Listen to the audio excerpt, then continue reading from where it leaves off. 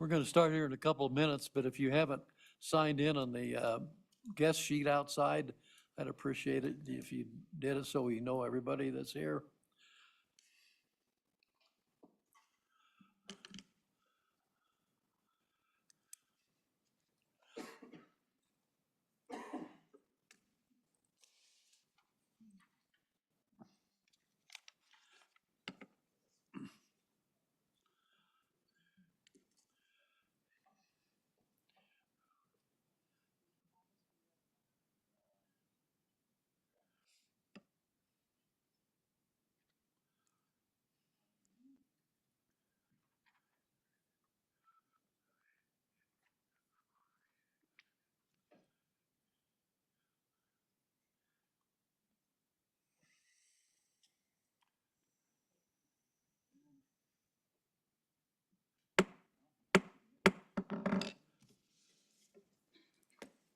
Good evening, everyone. We are the School Facilities Commission. We're having a work session, and we're blessed with having all of you here tonight. We'll entertain a motion in a minute to open our meeting, and then we'll make some presentations. And then we have at least one group that want to make a presentation that they've worked hard on, and we'll do those. They'll be probably towards the end of the meeting. And then we'll have some other time for public comments, and depending on how many in that we have, we'll either give the people 3 minutes or 5 minutes. I did allow the one group, I told them they would have 30 minutes. And so just so everybody kind of gets a feel what we're going to do tonight. And again, I'd like to thank everybody for being here. The first, we need a motion to open up the session. So moved. We need a second. Second. Been moved second. Any discussion? Discussion?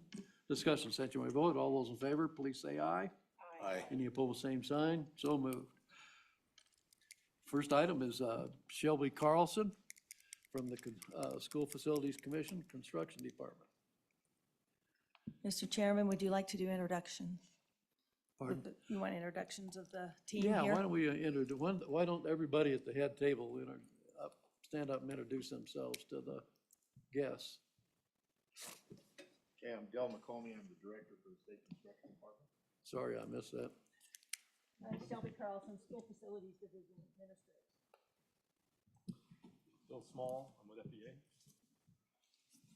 Andy Knapp, Director of Sport Operations, Laramie County School District. Steve Newton, Superintendent of Schools, Laramie Wyoming.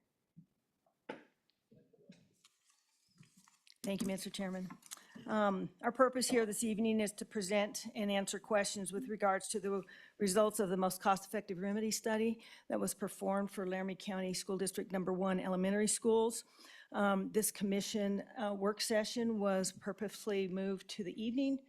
There has been a lot of public feedback, and we wanted to ensure that the public would have the opportunity to attend and be able to speak, and the commission to listen to their concerns and their input regarding this Mercer. One of many of the facilities division's responsibilities is to do an annual review of all school buildings statewide. And we can check those for 2 items, condition as well as capacity. Out of that, anything that is flagged with one of those needs, it triggers a most cost-effective remedy study to determine the best way to resolve the needs that we see with those buildings. We look at all potential remedies to resolve identified needs, and we always keep in mind delivering quality educational services. The Mercer is deemed to be the remedy, one remedy, that provides the greatest benefit at the least amount of cost. The 2023 annual review identified 7 Laramie County School District Number 1 elementary schools with a condition or a capacity need. The school facilities decision was to perform a district-wide study considering all Cheyenne elementary schools to determine the Mercer that would provide the district with a long-term facility and financial strategy to ensure district-wide student education needs were met. Goals and objectives, we need to address those 7 schools that were identified with a condition or capacity need. We need to look at statewide adequacy standards, provide a sustainable long-term solution for the district's facility needs, balance benefits, costs, efficiencies, and educational outcomes with whatever the most cost-effective remedy is, and address current as well as future enrollment needs. So those were the directions that we set out for FEA, who was engaged in January of 2024 and assigned this particular Mercer study. They helped guide and facilitate the study and helped us work collaboratively as a team, the state and the district. And we spent a lot of hours working on this collaboratively to determine the best result and the most cost-effective remedy. With that, I would like to introduce Mr. Bill Small with FEA to present the results of the most cost-effective remedy.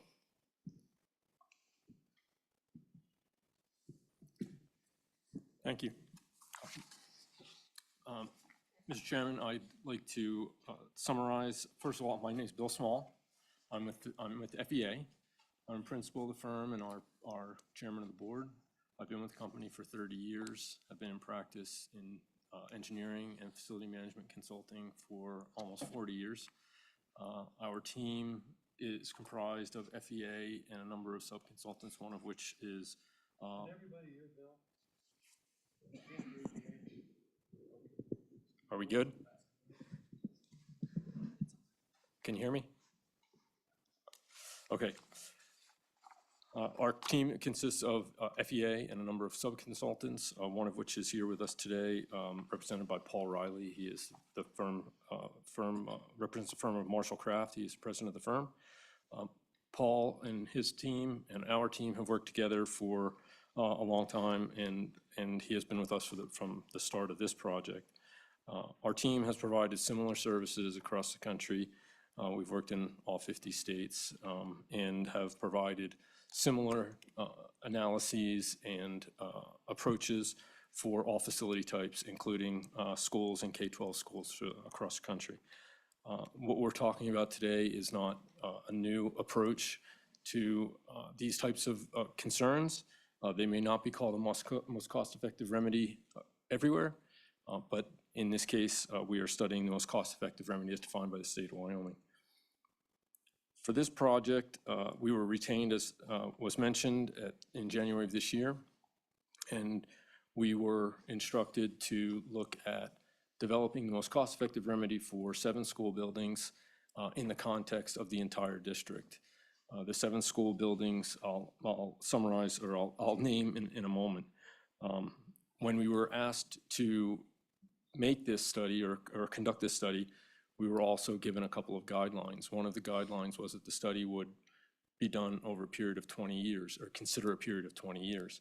That would allow us to look at both the actions required to execute the remedy and the impacts of those actions over time. So we will also talk about that. For context, as most of you know, the Laramie County School District Number 1 is arranged in 3 triads, south, central, and east.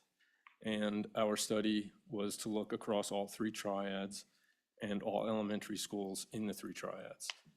The elementary schools that triggered this study, there are 7, and they consisted of ARP and Sunrise Elementary Schools for capacity needs in the South Triad, Hobbs, Jessup, and Miller for condition needs in the Central Triad, Buffalo Ridge for condition, Saddle Ridge for capacity in the East Triad.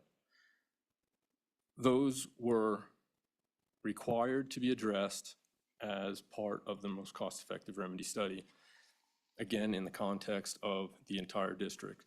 So as we talk about what ended up surfacing as the most cost-effective remedy, you will see other actions connected. These are corollary or secondary actions that are going to become necessary over the same time frame by executing this remedy. So those we will talk about as we present that most cost-effective remedy. When we started the study, first thing we did was to gather data, information, reports provided to us by the state construction department, and from the district. We got data from WDE, and we provided, researched data, publicly available data, census data, to be able to put into context the matters that we needed to study. In looking at information available beyond what was provided to us, that largely centered around what happens across the country in terms of schools and school configurations, and the enrollment data or census data that would allow us to look at what influences enrollment projections. So those elements were collected and analyzed by us. In our analysis of enrollment data, we looked at enrollment as defined by the state's methodology, projections of enrollment as defined by the state's methodology, as well as a number of other methodologies.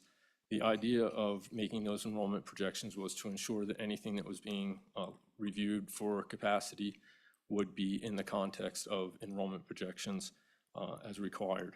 The enrollment projections will vary by method, absolutely, that is to be expected. There is not a single methodology for enrollment projection that everybody uses all of the time for everything, and enrollment projections are just that, they are projections. We looked at, again, a number of methodologies that showed enrollment declining. We looked at some methodologies that indicated there was a potential or probability of both decline or increase depending on the degree of error that might be inherent with that methodology. In order to do that, those projections, we back tested each methodology to make sure that we understood error rates connected with those methodologies, and that allowed us to see what the future projections might look like in consideration of those potential error rates. That is why we ended up seeing the potential for both decline or increase. Having gone through that, that was discussed with the district and the state to share with them that we saw the possibility of either enrollment decline or increase, and it was agreed that because the possibilities were going in both directions with no clear, again, single methodology to say this is the one, it was agreed that the going forward enrollment projections would be to maintain current enrollment projections and steady enrollment. With that, as one of our baseline assumptions, we were able to begin engaging in the idea of identification of potential remedies. Again, 7 buildings across the district, across 3 triads. One of the other boundary conditions, maybe that's a bad choice of words, was to maintain the triad boundaries.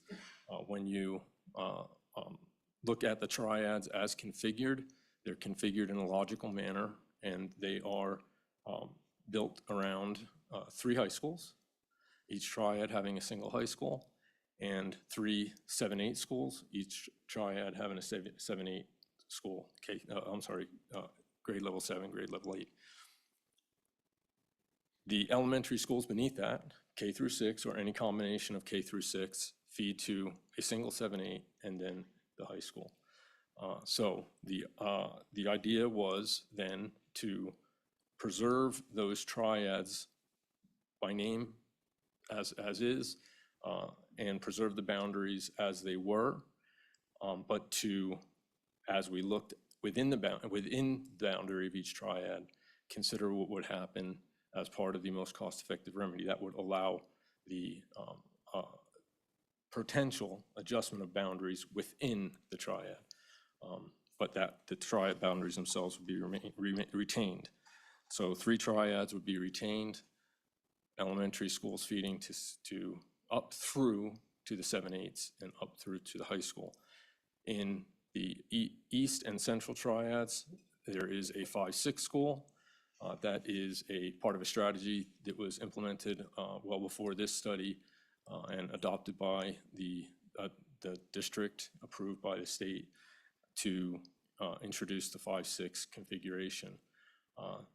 That was executed in the East Triad with the opening of Meadowlark and has now been put in progress for the Central Triad with the opening of Coyote Ridge. The South Triad does not have a 5-6 at this time. When we identified the potential remedies, we started with the idea of keeping things close to the way they are now, to the elimination of 5-6 and return to, I don't know if return is the right word, the adoption of a K6 model, the adoption of a K3-4-6 model, and those were the nature of the remedies, potential remedies that we identified. So we laid those remedies out across what we called 6 themes, and those were presented for discussion with the opening of any comment on whether or not there were other ideas to be introduced. And that allowed us to come up with a list of 18 potential remedies. With those 18 potential remedies, we then engaged in discussion with the district and the state to determine whether or not any of those themes or potential remedies would not meet the goals and objectives of the study itself. In doing that, it was agreed that the pursuit of a K6 configuration and elimination of the 5-6 configuration was both inconsistent with what had been adopted and would be a step back and require further work to eliminate and go to a K6. And that was similar for going to a 4-6, K3-4-6 configuration. So those 2 configurations were eliminated as not meeting the goals and objectives of the study as outlined for us. So that took the 18 potential remedies to 12. With 12 potential remedies, we then reviewed those potential remedies for outcome. And the idea was to determine if the outcomes of those remedies would be similarly represented between them, one or another. What we were able to take from that is that we could further reduce the 12 potential remedies to 7 potential remedies because there were a number of them that would be represented by others that remained in consideration in their outcomes. So we were down to 7 potential remedies that then proceeded for the next through our next phase of study. In the next phase of our study, we engaged with the district and their representatives and the state construction department and their representatives with the idea that the state would represent state interests and the district would represent district interests. The remedies were reviewed through a process of choosing by advantages, and the idea of that process is to outline factors that are important to the decision that was going to be made, and those factors were identified by the state and the school district. FEA facilitated this. We did a workshop to go through this process. FEA facilitated it. The factors and criteria and attributes were defined and identified by the participants. Once identified, we then looked at the advantages and relative advantages of each of the factors across each of the remedies. That allowed us to essentially be able to compare advantages from one factor to another or within a factor across the remedies. Once that was completed, once that process was completed, the district and state engaged in a process of ranking, if you will, or weighting the importance of each factor. And what that was meant to do was to look at each factor and decide which was the most important factor to the lowest of importance by a measure of the advantage. So in a factor that has an advantage, what is the most important, and then what is the least important, and then to stratify the others between those. So the district and state went through that process and developed the importance that would be then weighted. Those would weight the advantage scores. So the advantage scores are developed for each of the remedies, and there's one bottom line number for each that takes this into consideration. So each remedy would have a single score for a weighted importance, a weighted advantage. Once that was done, we then introduced first-time costs. First-time costs were introduced simply as a means of getting a sense of the costs to execute certain actions that we could see at the time, not having gone through the full analysis yet, the actions we could see at the time that would be required for these 7 buildings.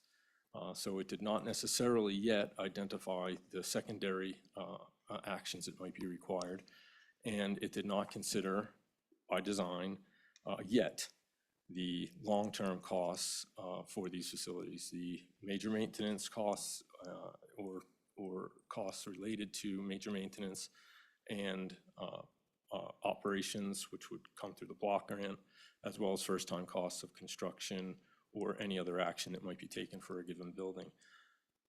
Those first-time costs are not intended to be where you make your decision. Those are intended to be used as a view of, again, relative cost for the actions themselves and a way of grouping where they appear in terms of cost and these advantage scores. That simply was a way of looking at these and saying, do they tend to stand out or group in order to identify what should be studied further. And what would be studied further is where the introduction of long-term costs and life cycle costs would come into play. So again, that is by design. So not all costs are yet considered. When we did that, that allowed us to look at what ended up being sort of a grouping of costs, some with higher advantage and some with lower advantage. The higher advantage, as one might imagine, came with some higher costs. The lower advantage came with some lower costs. Again, simply first-time costs related to 7 actions as identified at the time. The higher advantage items were what the state and district agreed to advance to the next phase. That took us to 3 potential remedies. Those 3 potential remedies were then analyzed through a cost analysis. In preparation for the cost analysis, again, as we were instructed, this was to be done over a period of 20 years. And to look at this over a period of 20 years and making a decision over that kind of time frame, we needed to consider all costs over that 20-year time frame. An action may have an effect. That effect may require another action. We don't know that until we lay it out in time. That was the next phase. So in laying it out over time, we worked with the district and the state to look at where each action would occur in time to execute the remedy. As we laid that out in time, that allowed us to then put a calendar to it by considering when the state expected they might be able to introduce a request for funding that would then allow for a construction timeline to be established or an execution timeline to be established. So that anchored us in time. As we did that, we could then look also at the other buildings in the district that might be, that would be in the portfolio to say what happens over that 20-year time frame as we execute this remedy. And that required us to, again, considering enrollment and considering projections for condition, we could see if other buildings would logically be introduced at some time in the future within that 20-year time frame for further action. That allowed us to get the universe of what we identified as the actions that might occur for any particular remedy.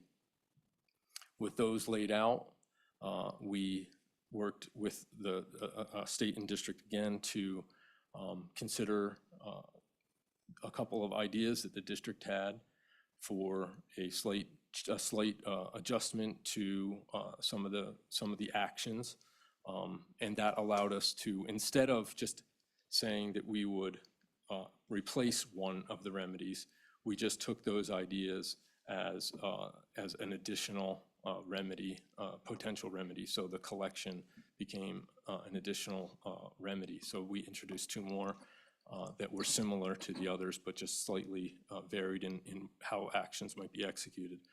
So that took us from 3 to 5.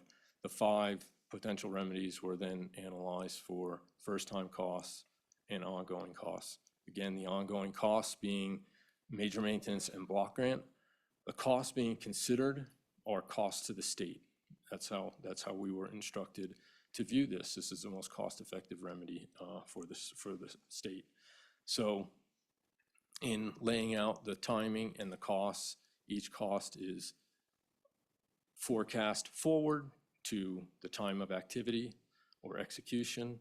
By inflating that cost, that inflation factor was 4.6% annually, and that was based on Bureau of Labor Statistics data over the period of data available, which is about a 20-year time frame, and it is specific to new school construction. So we use that typically for school construction type work, and it's again anchored in Bureau of Labor Statistics data. Then after those costs are increased by that inflation, they are then discounted back to present value. The discount factor used was based on the return on the school permanent land fund, and that is 5.6% over the last 10 years, and that was what the state agreed to have used for the discount factor. So costs are inflated and costs are discounted across all the remedies for all of the actions to be able to compare present value. When we do this, we look at all costs as requested. So it is total cost in for each remedy. Again, for construction, major maintenance, and block grant funding, the 3 things that the state will pay for. Having done that, we were able to generate the present value for each of those remedies. The most cost-effective remedy is the remedy that was lowest in present value and highest in advantage. That is the most cost-effective remedy that got presented in our study, and I'll review that with you now. Shelley, if you don't mind, you could go ahead and go to that next slide, and the next slide right there. You don't need to squint. This is just an overview of an infographic that is in the literature that we have produced, and it is arranged by triad, by school, by action, and by time. Shelley, if you go to the next slide. This is just the South Triad, so I'll go one triad at a time. In the South Triad, when we went through the exercise of laying out actions over time, they were laid out based on the priorities identified by the district in terms of what they would have considered most critical to be done first, second, third, so on. The South Triad is the triad, again, it does not have currently a 5-6, and it has not had major capital investment by comparison in the same recent time frame as the other 2 triads. So it's been behind a little bit. So the first two actions that were identified were basically identified to be of sort of equal priority. And those are ARP and the construction of the New South 5-6. The reason that they are different in time is that the New South 5-6 could utilize essentially a prototype type of design, and there was a service agreement already in place that would allow design to start sooner once funding got released. So that would allow that to be shortened a bit and should finish 1 year sooner. ARP would need to go through full procurement, and once that happens, then they can go through design and construction. But because they have to take that additional step, that would take 1 year longer. So they would finish up in 27 and 28, with the South finishing in the 5-6 finishing in 27, and ARP finishing in 28. ARP currently is not, the students are not in that building. That building has been taken out of service. They are at East Ridge in essentially a swing space, and this would allow them to be rehomed in a replacement school on the same ARP site. The New South 5-6, upon opening, would allow schools to be reconfigured to force K4, 5-6, so 5-6 students going to the New South 5-6 school, and the other schools that remain would be K4. Because of the number of seats in the district, that would allow certain buildings to come offline as part of executing the most cost-effective remedy. Those would be Hebert, Bain, Fairview, and Lephart. Those are older buildings that are in today's ages, range from 68 years to 80 years old today. And those are buildings that would come up with needs later on. Those buildings would go offline. Students would go to across the other elementary K4s, and the 5-6s would go to the new 5-6. The only other thing shown in there in phase 2 is a potential replacement of coal, and that is based on a projection of future need.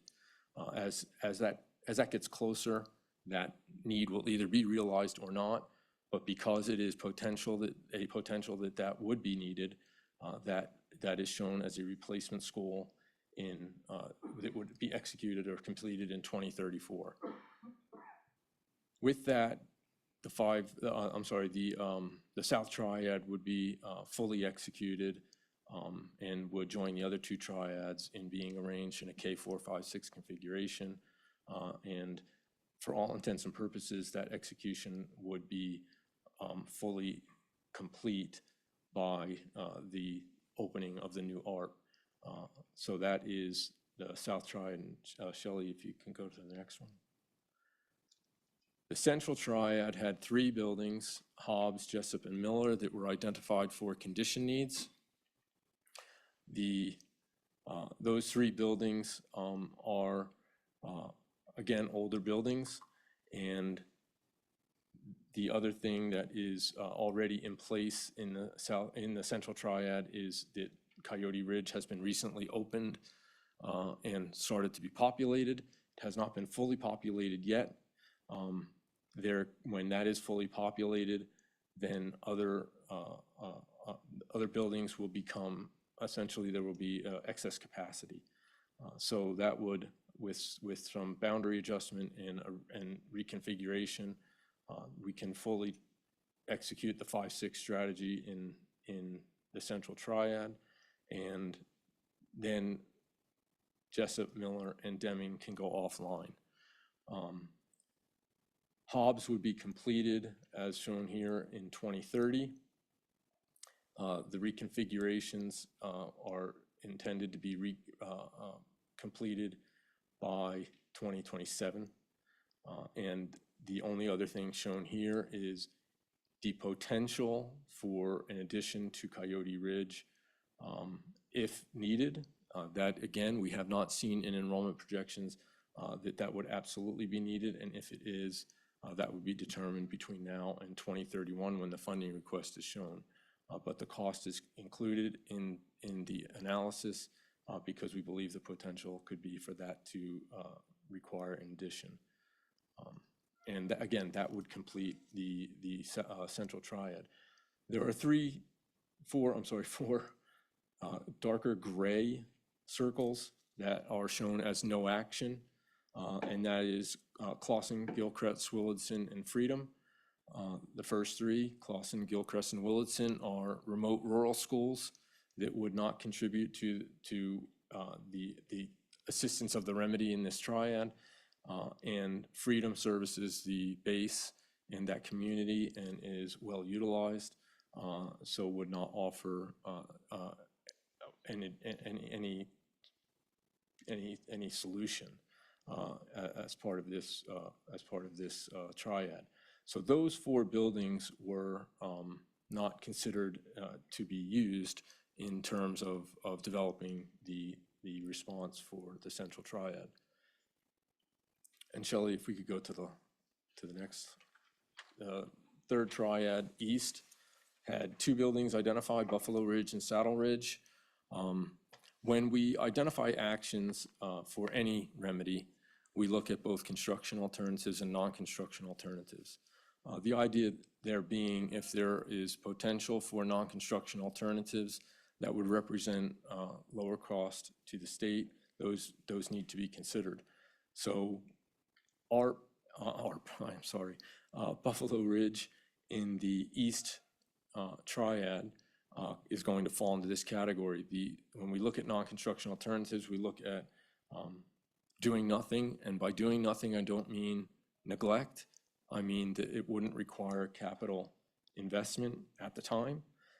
It would mean that the building would remain and would be sustained through the application of major maintenance and block grant funding without a capital cost. So Buffalo Ridge identified as a condition school, but when we looked at it with the district, it did not require a capital construction solution. The building had been recently renovated and needed to undergo some commissioning and adjustment of mechanical systems and such so that that building could be properly operated, and it did not require further capital repair, renovation, anything like that. So it would be maintained through major maintenance and block grant funds. Saddle Ridge as a capacity school was when all of the actions were laid out across all of the triads for this remedy. Saddle Ridge was put as a later priority, and that was because the district felt that they could manage the capacity issue for a period of time, and when possible, the solution would be the construction of Saddle Ridge 2, which had been previously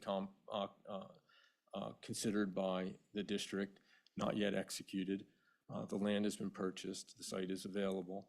When Saddle Ridge 2 becomes available, then the capacity can be revisited and the some additional adjustments can be made to allow that capacity to be addressed. And that would execute in 2032 or be completed in 2032 for the addition of the Saddle Ridge 2 school.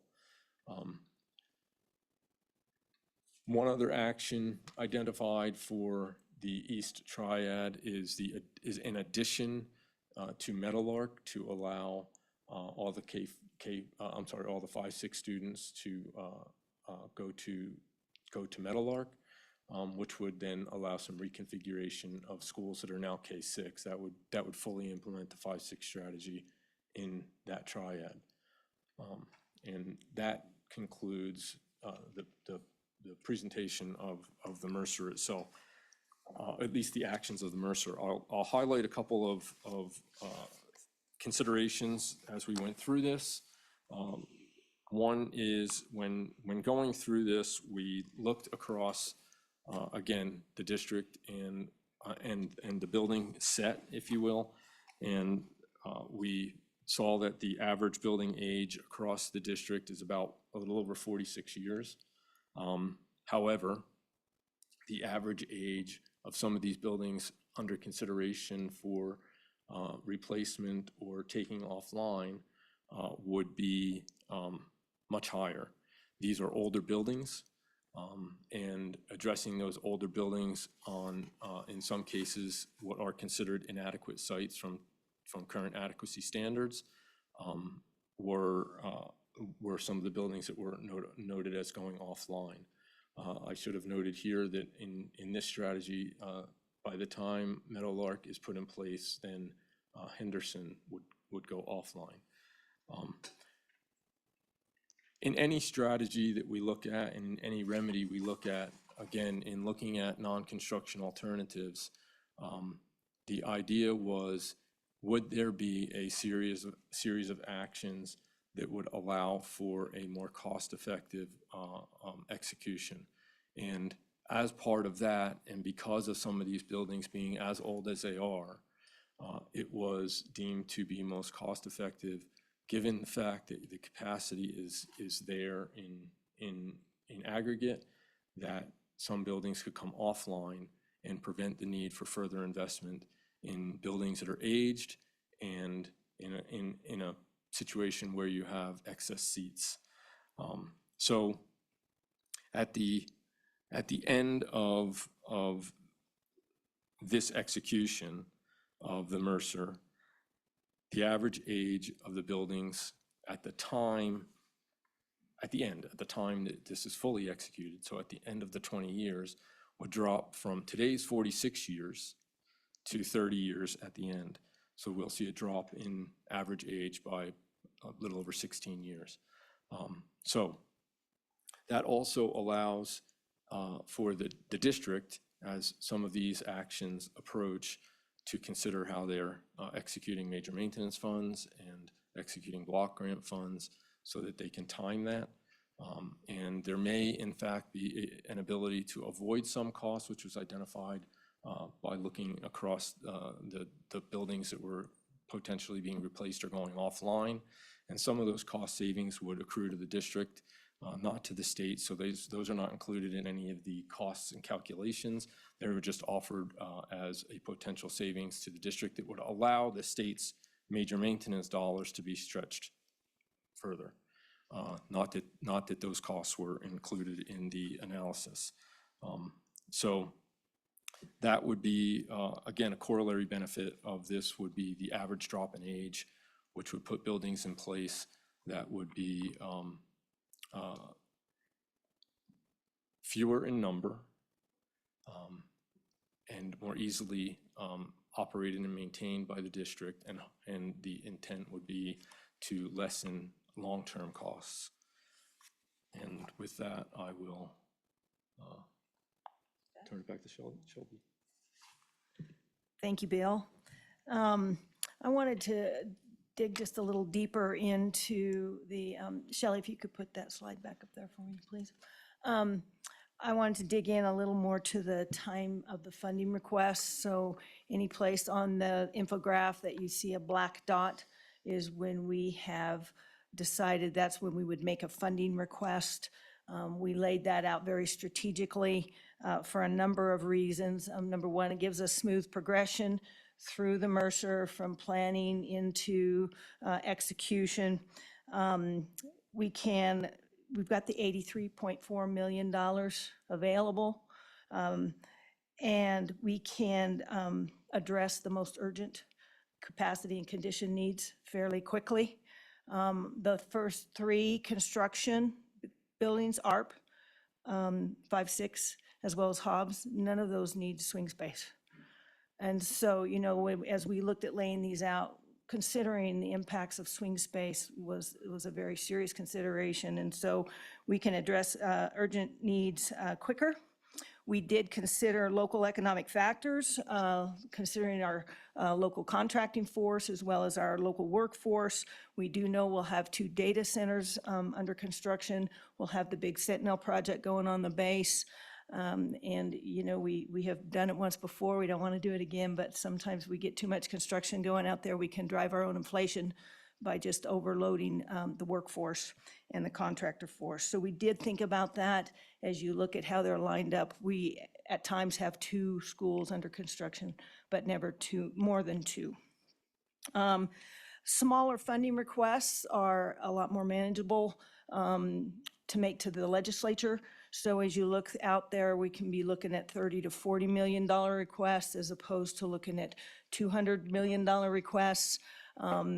The legislature likes to see the Mercer in place, those costs substantiated by a Mercer before they appropriate money. And so this puts everything in place for that Mercer to be completed and the cost supported when we go make that request. In addition, we've got 47 other districts. We have a number of other Mercers ongoing that will drive some capital construction requests as well. So it gives us some space to be thinking about the other 47 districts and making sure that we get funding to them as well. When the Mercer is adopted by the commission, next steps, I need to back up. The Board of Trustees gave us a unanimous vote on October 7th. It went before the Board of Trustees. They concurred in the Mercer. And with your adoption, the steps that would go into place is the Mercer would be adopted into the long-term facility plan. Once those 2 things happen, then the funding can be released. That 83.4 can move forward and start the design process. And then there may be adequate funds that remain to start the design on Hobbs. We'll have to wait to just see how everything pans out and how those projects come in as they're bid. Mr. Chairman, that is the information we had prepared for the commission regarding the most cost-effective remedy. So we take any questions on the most cost-effective remedy if you have them before we move on. Okay, well, I got a couple. Will the class sizes be in the higher in the larger buildings? Mr. Chairman, no, they won't. Restricted capacity stays in place. So when we look at K3, classroom capacity is restricted to 16 to 1. 4 through 6 would remain at 25 to 1. So as we would look at laying out a new school, we would meet those restricted capacities. Okay, I don't know if you can answer this or not, but when did the reconfiguration occur to K4 and K-4 and K-5-6? Mr. Chairman, that happened in 2013. It was driven by a change in state statute that put the 16 to 1 in place for the K3. That immediately caused a capacity issue for Laramie County School District number 1. The School Facilities Department at that time funded a capacity study, and the recommendation of that capacity study, working in collaboration with the district, was to move to a K4, 5, 6. That study was completed in March of 2013. The board approved it, and then it moved forward with a request to WDE as well as State Construction Department in May of 2013. Those approvals came from both those departments in July of 2013, and the School Facilities Commission approved that reconfiguration as well as that Mercer study in August of 2013. Okay, thank you. Probably this is for Andy or the superintendent. What benefits have been observed with the changing to the 5-6 configuration? Thank you, Chairman. You know, I might begin by saying that there are lots of different configurations that a district could contemplate. Even currently, we're not fully K6. We have some K2 buildings, some all over the board. What we have, I would maybe categorize it in a couple of ways.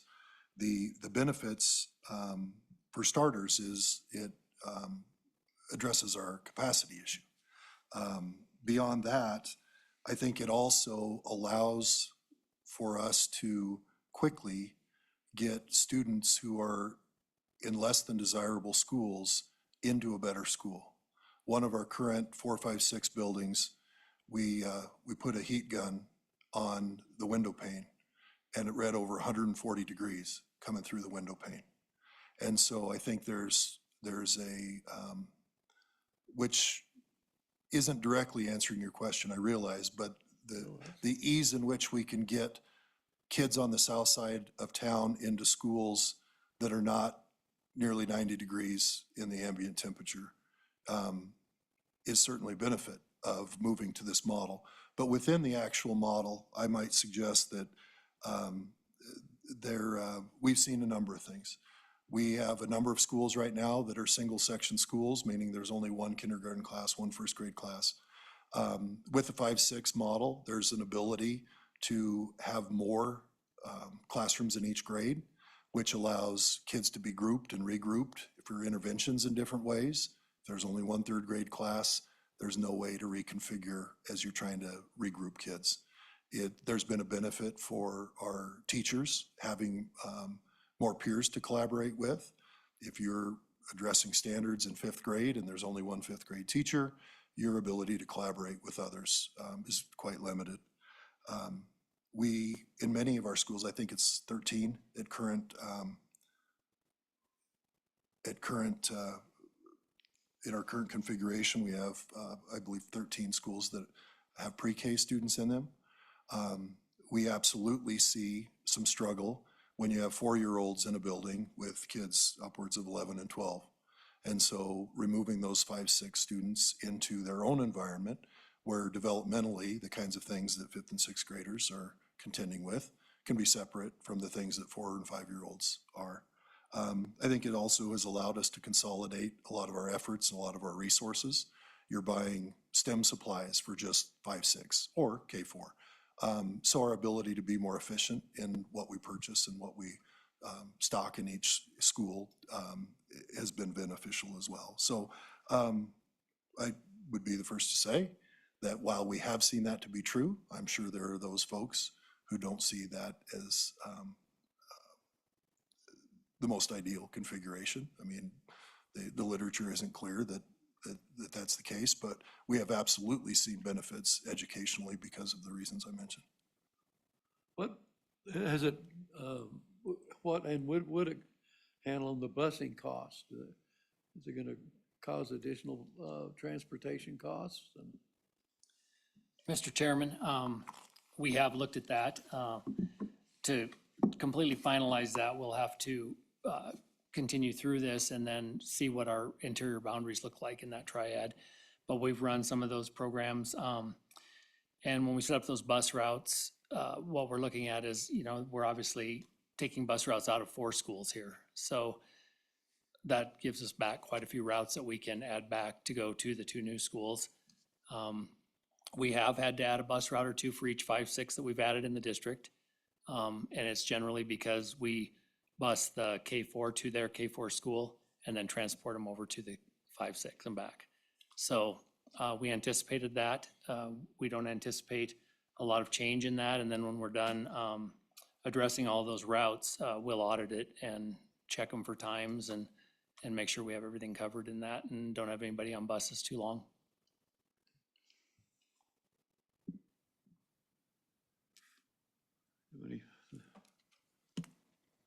Bruce?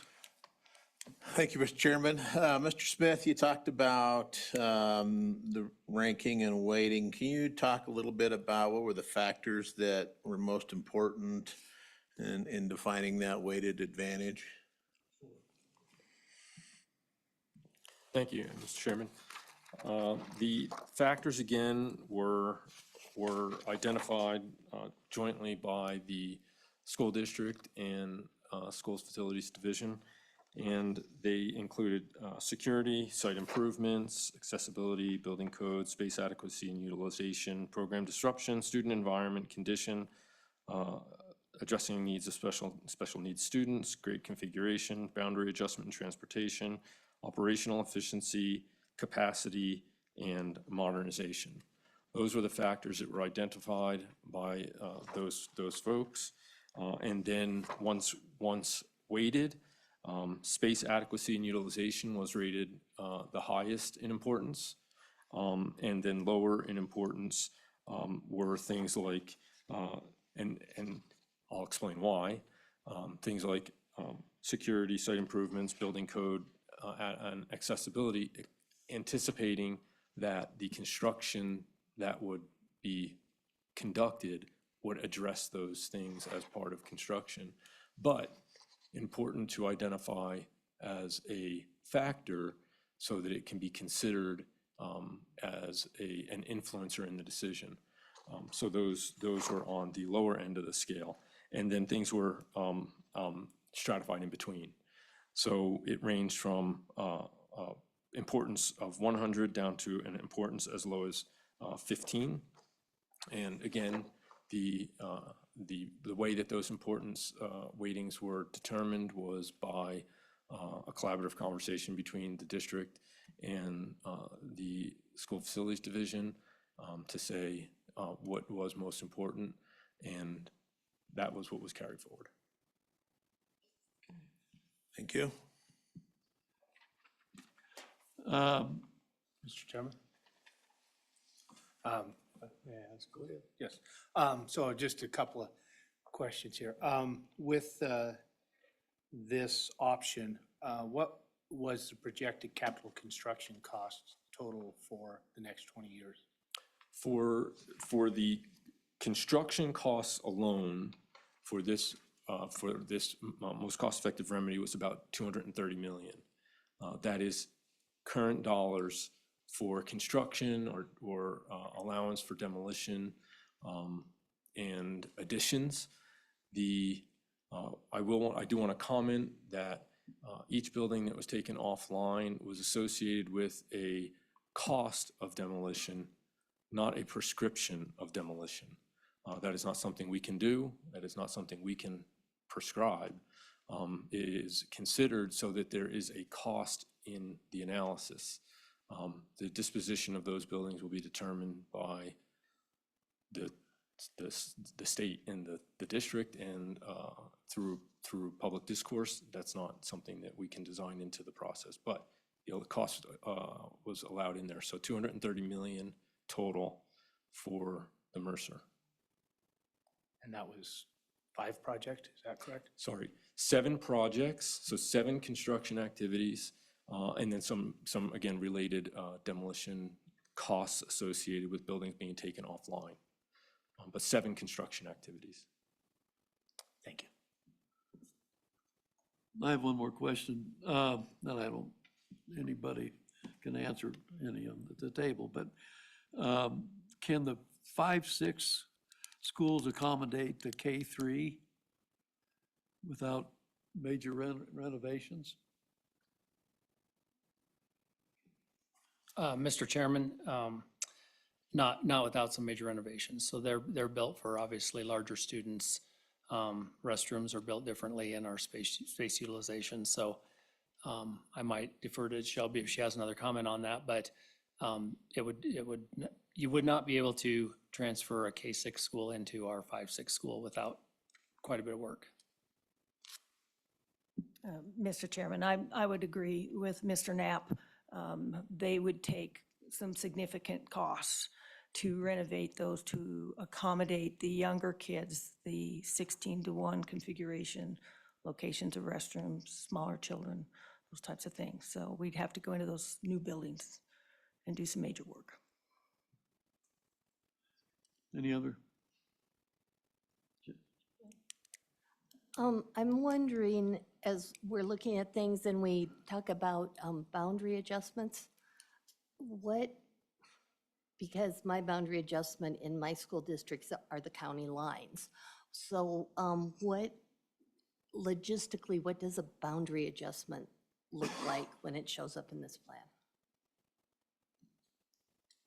Mr. Chairman, Commissioner Highcoffer, that, so within those triads, these guys maintained our triad boundary. We have, as he mentioned, 3 triads. So within that if you're within that triad boundary in an elementary school, then you will go to that triad junior high, and then that triad high school. And if there's a 5-6 in there, which there are in two of our triads. That, of course, would be, fall in there as well.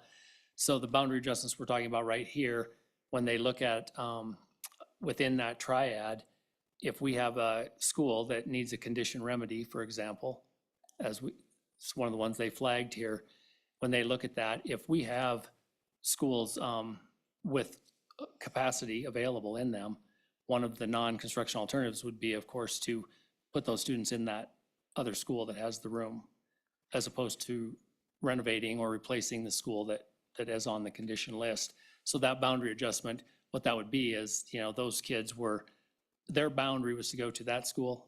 That boundary would have to adjust to move them to another school. Or in the South Triad piece, we're looking at with those schools coming offline to ensure that we get all the students in the right place and depending on where we have the capacity and if a boundary has to be moved, it would be within that triad. So that's what we'd be talking about. Thank you. Any other questions? Mr. Chairman, Jackie? I'm intrigued with the smaller schools because I went to one. And so as I look at this, just to make sure I'm doing my numbers right, because math is math. When we look in South, the four that are expected to go offline in 2029, does that mean that once New South goes online in 27, that the current sixth graders at those schools would be going to New South because that'll be a 5-6 school? Is that what I'm understanding-ish? Okay. Sorry, Mr. Chairman, Commissioner Van Kirk, could you rephrase that just one more time? Are you looking for the year that's going to go to the 5-6? Well, no, I or see, yeah, I see the year that 27 is when New South would be coming online. So it's a second grader in school today at Bain. Once in 27, why can't I say 2027? But in 27, that second grader today is going to be a fifth grader, and so they would go to New South. That's correct. Okay, so then if we go down over to Central, Miller intrigues me. It's got 69 students in it right now, correct? Yes, Is that K through 6? that's 4 through 6. Has it always been 4 through 6? Yes. Okay, so if they were to, I'm just looking here. Okay, so when they go offline, all those kids will already be over in the 5 through the 5-6. Yes. And well, the 5-6 from Miller Uh-huh. would go to the 5-6 at Coyote. The fourth grade class coming in would be at Deming. Okay. Deming and Miller are kind of sister schools there, K3 and 4-6. Okay, It's kind of an odd combination. We don't have that it's a anywhere little else, so, confusing, because yes, again, like Joni, it is. we stayed in one school, because Goshen County's little. Not anymore, though. I had one more question for you, Mr. Chairman, and I just want to make sure I got it. Nope, I think you asked it, thank you, or answered it. Any other questions? Any other Mr. Chairman. questions? Oh, yes. Thank you. Mr. Small, there's a table here on page A04-2 with your modeled annual remedy costs by year. Is there a breakdown of what makes up those totals between the capital construction, the block grant, and the major maintenance somewhere in this report? Mr. Chairman, sorry. We do have a breakdown. They're not spelled out in the report. But they were broken down in our analysis in terms of the capital construction costs, major maintenance costs, and block grant costs. Major maintenance costs are per the state's methodology for calculating major maintenance. Block grant costs are per state methodology for calculating block grants. And the construction costs are what our estimator estimated for the construction activities.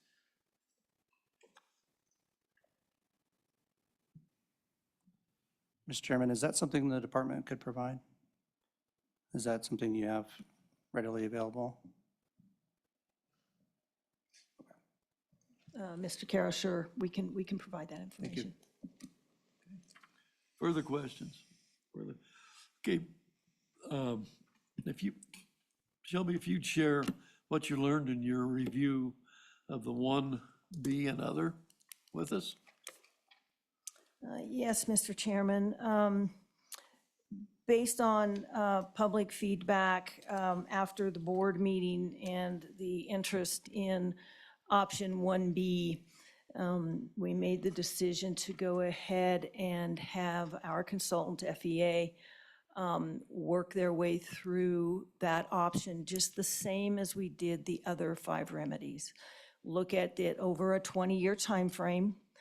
Consider all of those costs, all those long-term and reoccurring costs such as operations and maintenance, major maintenance, capital construction over that same 20-year period, looking at option 1B. And we wanted to be able to have that information available to you so that you could entertain the information, know what the impacts are, know what that option looks like when we compare it to the Mercer. And so with that, I would like to turn it over to Bill Small to present option 1B, what we learned as we walked through that. I would say again, it was a collaborative effort. The district and the state spent another day in the office with large rolls of paper and trying to determine when those actions would occur, and when those funding requests would need to occur, those types of things, considering the need for swing space. And so with that, I turn it over to Mr. Small to walk through 1B, and then I'll come back and talk about some of the further information. Thank you. Mr. Chairman, I'll walk through 1B largely by emphasizing or highlighting, I should say, the things that would be different about the Mercer to 1B. Essentially, for remedy 1B, the schools that are in place now would remain in place. So that means any schools that were identified as offline would remain in place.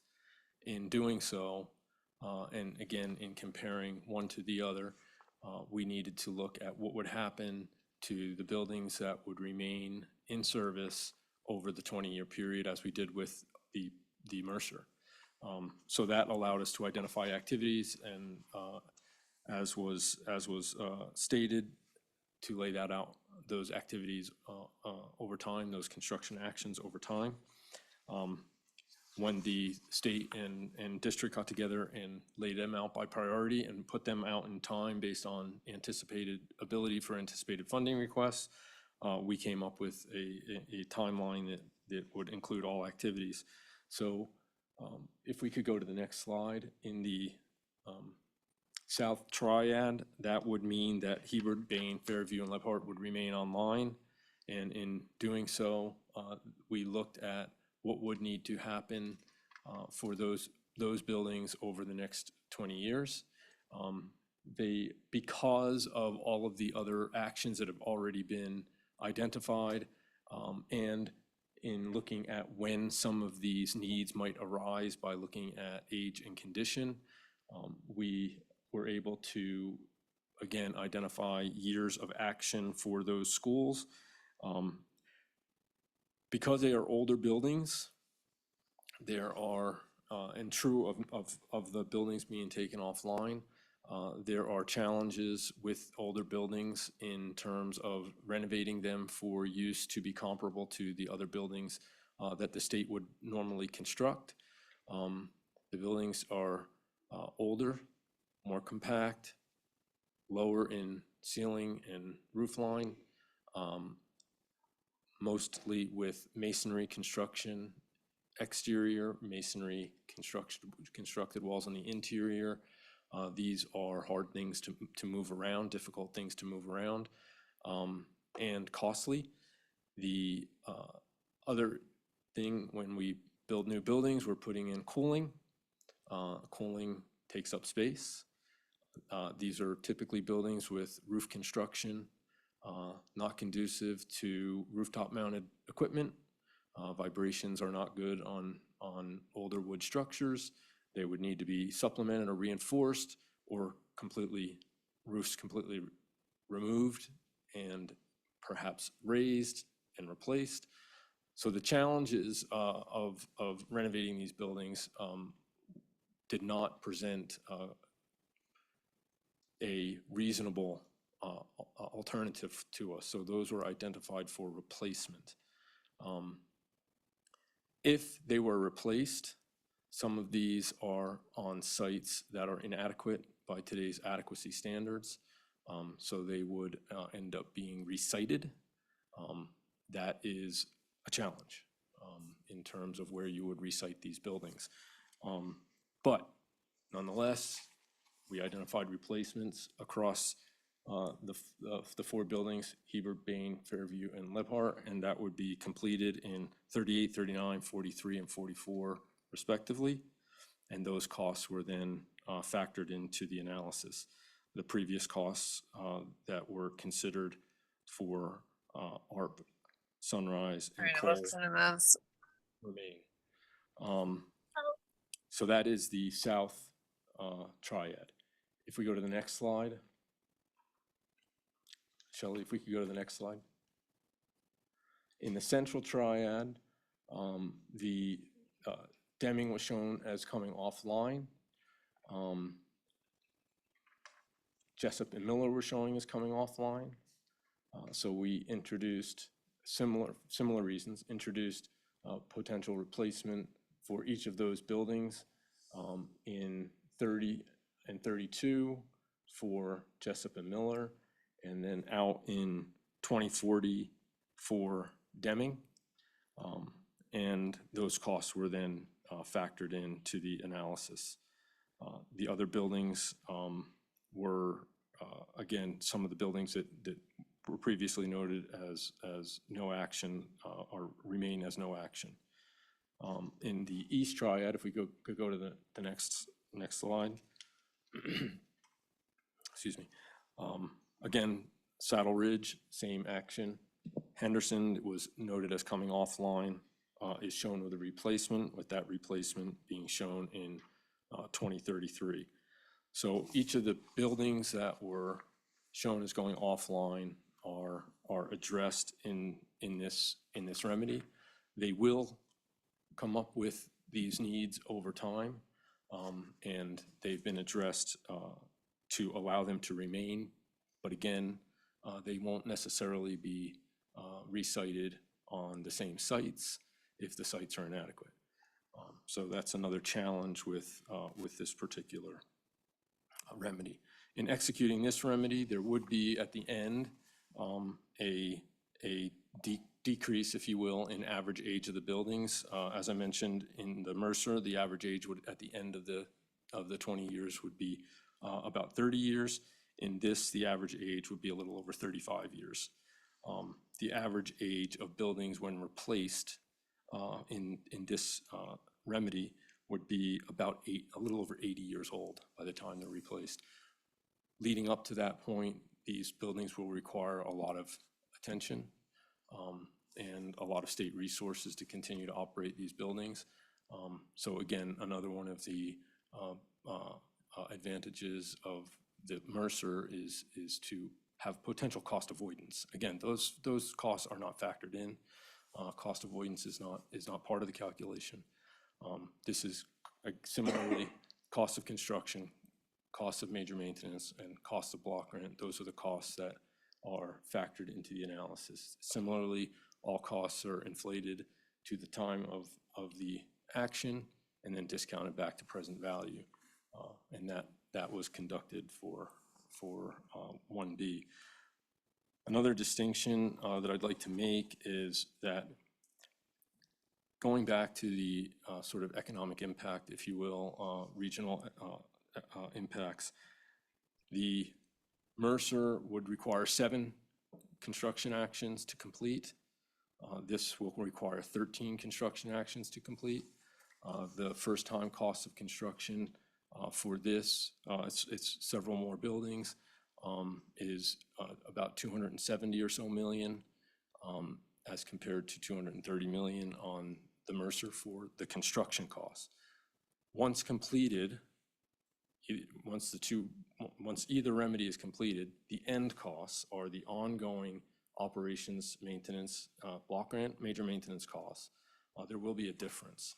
By executing this remedy, it's estimated that the costs for ongoing operations will be about $1.5 million higher in the 1B per year than the Mercer study for ongoing block grant and major maintenance costs higher, additional dollars required. So, yeah, so in each of these, we did calculate present value for each of these. And again, present value of total cost, so all of the actions, all of the maintenance, major maintenance and block grant costs. And the difference is 8 million on present value between the two. 1B is about 8 million higher than the most cost-effective remedy.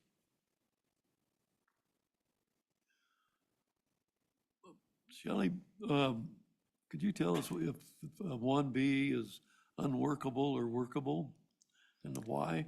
Mr. Chairman, I'll walk through a number of my comments. Really, there are a lot of challenges that come along with option 1B. Just execution in and of itself, when you think about doing 13 actions, and from the district perspective, think about moving those children back and forth. I mean, if you renovate on-site, you've got to have swing space. You got to move those kids twice if you renovate that building, right? You got to move them out, you renovate, you got to move them back in. Replacement, probably just, we may have to do the same thing. If we can replace on another site, then they just move once. If we want to replace on the same site and we have to use that same footprint area, we're gonna have to move them out, move them back in. So you can see just execution, very difficult. I'd like to talk just a little bit about the central triad. And, you know, if we, Shelley, could you go back to the central triad sheet? Thank you.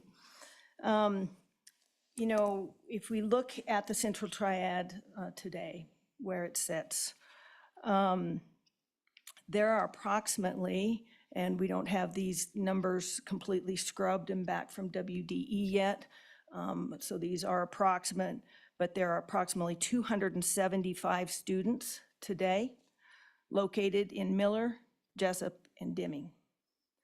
If we look at the vacant seats within Prairie Wind, Hobbs, Davis, and Coyote Ridge, we have 505 vacant seats in those schools. And so we could move all of those students in. We'd still have 230 vacant seats available. If we were to look at this, try to do a Mercer on those three schools, it would be a non-construction alternative. We need to move those students into the vacant seats that are already available in the other schools that are present in the central triad. It would put Director McComey and myself in a very difficult position to go before the legislature and ask for money to rebuild a school when we've got plenty of seats in that triad to put those schools, those children in.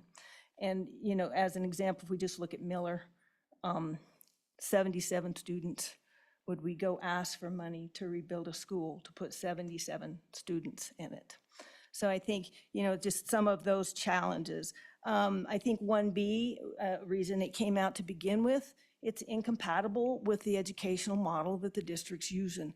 It's an educational model that has been deployed. It's been in action for 11 years. 2 of those 3 schools are built.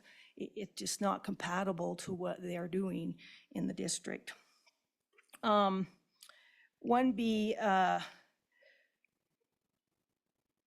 minimizes the benefits that are in place to improve and provide quality educational services. It's one of the reasons it came out to begin with. We wanted to maximize those benefits towards educating our students. Older schools tend to have the admin in the center of the facility. They lack nursing stations. They lack adequate special education space. They often don't meet ADA requirements. So it's very difficult sometimes to renovate those and get those usable. Very difficult to put a lot of security measures into them, security vestibules. You've got to end up moving your admin out from the middle of the school. Just some of the ways that schools were built, 60 years ago. They're not energy efficient. They're very costly to run. As mentioned earlier, most of them do not have air conditioning. It can be very difficult to get it into those schools. They're costly to operate. We would retain mixed configurations, so now you'd have two triads with the K4, 5, 6. We'd have one triad that would remain as a K6, so you still got that mixed configuration out there. As Mr. Small mentioned, a lot of these sites, we would not replace the schools on those sites. They're inadequate for size. Some of them lie in the 100-year floodplain. We don't want to rebuild there. They often don't have adequate space for bus drop-off, pickup, parent drop-off and pickup. That's happening on the city streets, which we know isn't a safe situation when we're loading and unloading children. With renovation, maybe we could keep the shell of some of these. Mr. Small talked about some of the issues with the masonry walls, raising the roof, ingress, egress, mixed configurations. So it really, when you really look at logistically deploying this option, it gets very difficult to execute it. And it takes the full 20 years to finally recognize the benefits to all those students. If you go back through and rebuild every school till you finally have them into a school that's more comparable to how we would build a new school today. So those are some of the challenges I noted just to deploy in it. If you'd like me to, Mr. Chairman, I'd be happy to walk through our response that I provided to you regarding the couple of technical memos that we received. Would you please? Certainly, Mr. Chairman. So I'm going to be referring to the two technical memos that were received from the Cheyenne Parent Alliance, one dated 10/21 and one dated 10/28. The first item was absence of public input and thus benefit scoring skew heavily toward the district preferences. These were facilitated sessions. The State Department was there. We represented the state interests. The district was there. They represented the district interests. They work on behalf of their Board of Trustees and certainly have the authority to represent their board. The primary focus of the study was providing students an environment that's conducive to delivering quality educational services in adequate and acceptable facilities. The people that were at the table are experts in their field. They're experts on the uniform adequacy standards that the commission has, delivery of quality educational services, student engagement, student success, and buildings and facilities. The selected factors and the importance scores were prioritized to positively impact the safety and the success of the students, as well as place them in quality facilities where they spend the major portion of their educational day. Very few of the factors have objective measures was another concern. Sorry, I skipped a page. My apologies. Many of the criteria are collinear and roughly analogous to new construction is better. While changes and improvements can certainly be easier, as we've just talked about, when you look at older facilities, new construction certainly makes it easier and more advantageous to improve some of these things. But when we look at security, how hard is the building? Do we have door locks? Do we have adequate cameras? Security vestibules? It's all about keeping those children safe in that school as well as the staff. When we look at accessibility, we're looking at the friendliness of that environment to accommodate disabled children. Can they use the restrooms? Do they have stairs? If they have an elevator, does it work? Site improvements, Do they have adequate space for bus and parent drop-off? Do they have adequate parking for staff? Is their playground equipment safe and in good functioning condition? Does the site drain stormwater away from the facility or toward the facility? So while fixing all of those examples is certainly easier in a new building, they are all very different factors, and they have very different measures, right? And we would look at them all very separately. The next criteria was that directly reflects the district's preference towards larger 5-6 schools. I think I'm not going to spend a lot of time going back. We kind of talked about that, happened in 2013. It's been in place for a very long time. It was approved by the state, by the WDE. It was approved by the commission. It was approved by the board. And this has been in place for a long time. And 2 of those 5-6 schools have been constructed. Further, the State Construction Department does not have the authority to require a district to change their grade configuration.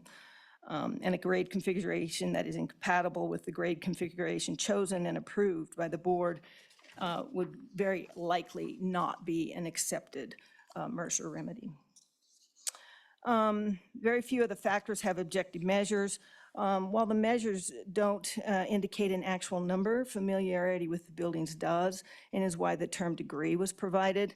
As Mr. Small talked earlier, a lot of these have masonry walls versus stick-built walls in new facilities. If you're in an old building, it might have 2 or 3 outlets. In a school building, it's very hard and difficult to bring something like that up to code, as we think as education's gone to one-to-one and these kids are all carrying computers around, power becomes a pretty critical factor in being able to have those students get a good education. Same with, if we think of ADA, if you've got small restrooms, masonry walls, it's very difficult to all of a sudden go in and open that up and make it ADA compatible. So while they don't have numbers, certainly if you've got familiarity with those schools, it's very easy to assess the degree to which it's you can renovate it or not, or incorporate those needs.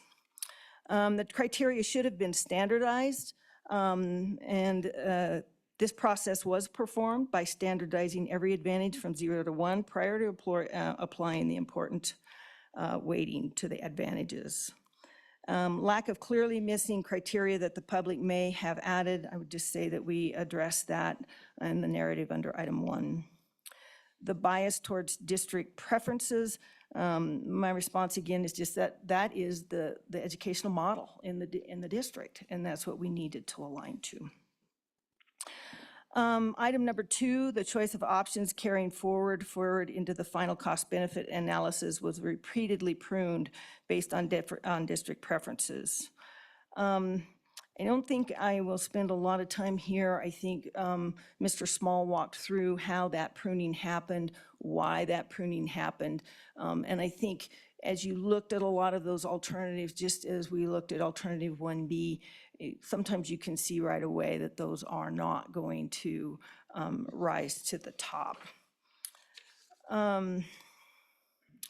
Finally, when benefits looked at remaining 7 remedies, only the remedies with the highest benefits were moved forward.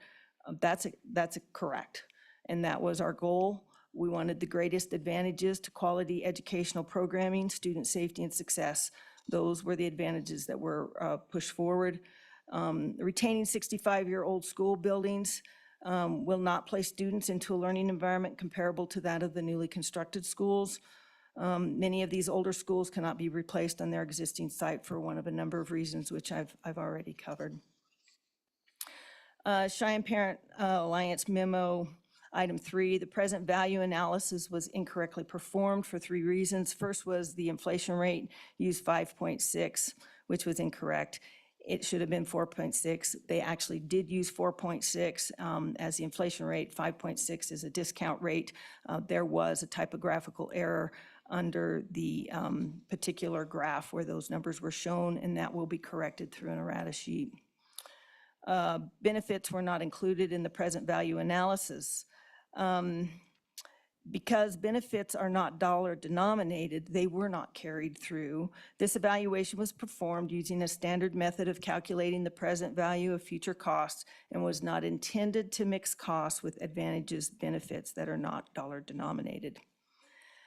Assumed major maintenance costs, assumed major maintenance cost savings from closing 7 schools are inappropriately deducted from construction costs. They were not deducted from construction costs. That was not performed in the study.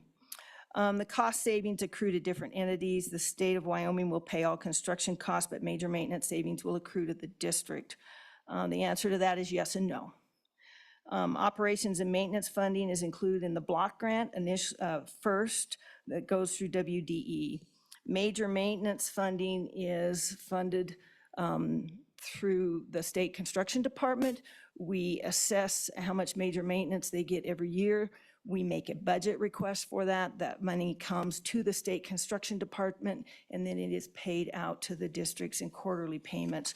So those, that does not go through the block grant as referenced. Major maintenance funds are further required to be placed in a separate school district account and cannot be used for any other purpose than major maintenance work. And they have to be tracked.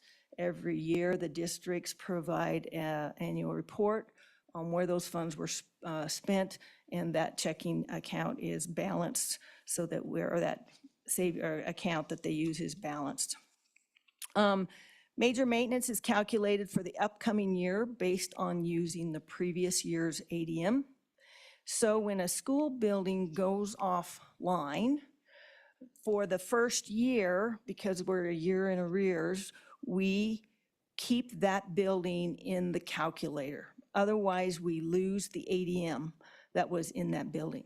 So for the first year that that school is offline, they get paid for that building as if it was there. So that money is given to the district. It goes into their major maintenance account. It won't be expended on that older building because it's closed. It will remain there for the district to use and on other facilities within their district portfolio. In that case, the district does benefit from the savings of those dollars. The next year, the ADM will be accounted for in the new building, and there will be no payment of major maintenance for that building that is now offline. So from that point on, the major maintenance is reduced by the square footage that was in that on that building, and that savings is to the state and the taxpayer. Item number 4, enrollment estimates are incomplete and less helpful than they could have been. As Mr. Small noted, we did hold the enrollment flat. Their conclusion is that was okay, but it is not reflected in the analysis. And I would say it is reflected in the analysis. Flat enrollment is depicted in the analysis through the modeled enrollment data shown on the infographic. That modeled enrollment data is then put into the SFC's square foot calculator, and that is how we are establishing the size of those buildings. And that then sets the construction value that's going to be carried in for that particular action. And then it is also depicted within the present value calculations for O&M and major maintenance. So ADM would actually change from year to year based on enrollment and enrollment projections. However, if you go look at those numbers, you can see that we did hold the ADM flat, and that's why those numbers stay flat in the first 2 years. Once you start to see movement in those O&M and major maintenance costs, that's because there are actions ongoing within the Mercer. Consultant failed to use publicly available demographic data.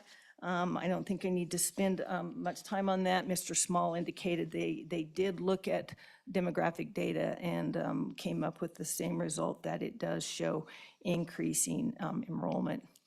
FEA further looked at a number of different enrollment projections, and they can go up and they can go down. Enrollment forecasting is certainly not a perfect art. If you use the SFC's enrollment projection methodology, it indicates the enrollment is declining district-wide. there are a few things, they said analysis of why this trend is decreasing, it would have been more helpful, whether it is going to continue to decrease or plateau. Again, enrollments are a projection. It's hard to know, but that's why we do enrollment projections every year. I mean, we gather enrollment and then we redo projections every year. Here are the things that we do know. Since COVID, only 13 of the 48 school districts have rebounded to their pre-COVID enrollment numbers. We have looked at enrollments by pulling the COVID years out. In some cases, that hurts districts. In some cases, it helps districts. I mean, we had some districts that actually went up during COVID. And so you really get mixed results when you pull that information out. Basically, on a statewide basis, as we look at enrollment across the state as a whole, we are declining across the state. We have a handful of districts that are increasing, but very few. This is true whether you look at including or excluding the charter schools. So the number of students enrolling across the state is declining faster than the number of students that are moving into charter schools. Two of our consultants do enrollment projections for other states. This is a nationwide phenomena. It is not just a Wyoming phenomena. It appears that families are really just having fewer children. The other thing, we had an article, it's probably been 3 or 4 months ago, that Wyoming's largest growing population is 65 years of age and older. And generally, families like that are moving on and do not generally have school-age children.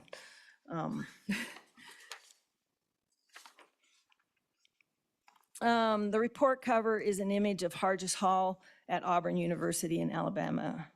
And the concern that it wasn't a Laramie County School District #1. The cover photograph is intended to generally represent the educational market segment. It was not a picture of a Wyoming school building for a specific reason. FEA only uses photographs on their report covers where they have the permissions to do so. Using photographs of other schools can result in copyright violations or other legal matters. So that's why, and this is the photo that FEA uses on all such studies that they do across the nation. Concerns with injecting a baseline cost in year 0 and 1, looking at those baseline costs, those are not baseline costs. Those are real costs that are incurred by the state. That is the money that is paid out in O&M as well as major maintenance to the district. Those are state dollars. And those fluctuate as we start to implement remedies, footprints change, those types of things, those numbers adjust. And in order to look at the most cost-effective remedy, we need to look at it over 20 years, bring it back to present value, and we need to consider all costs that the state's incurring.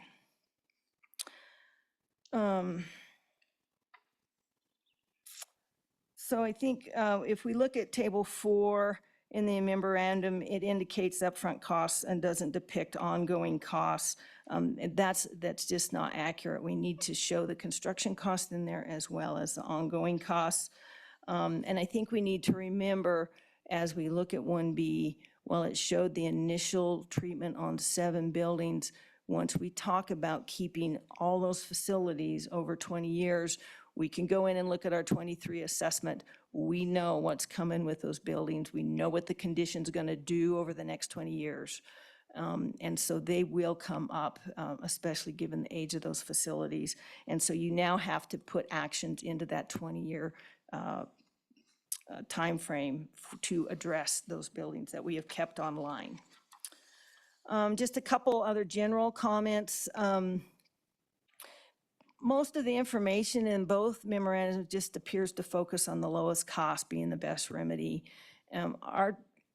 Our goal was to come up with the most cost-effective remedy. We have to do that looking at time. We want to optimize advantages and benefits in relationship to the cost. So fundamentally different than just looking for the lowest cost. So wanted to point out Statute 2115-116A regarding non-construction alternatives. The facility plan shall also review and to the extent practical, identify and prioritize non-construction alternatives to school buildings and facility needs such as building closure, modification of school boundaries, modification of school grade configurations, and similar approaches.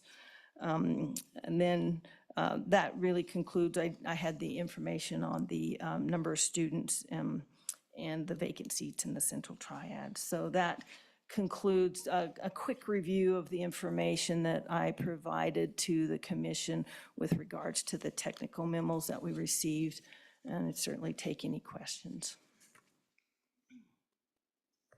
Yes, sir. Yeah.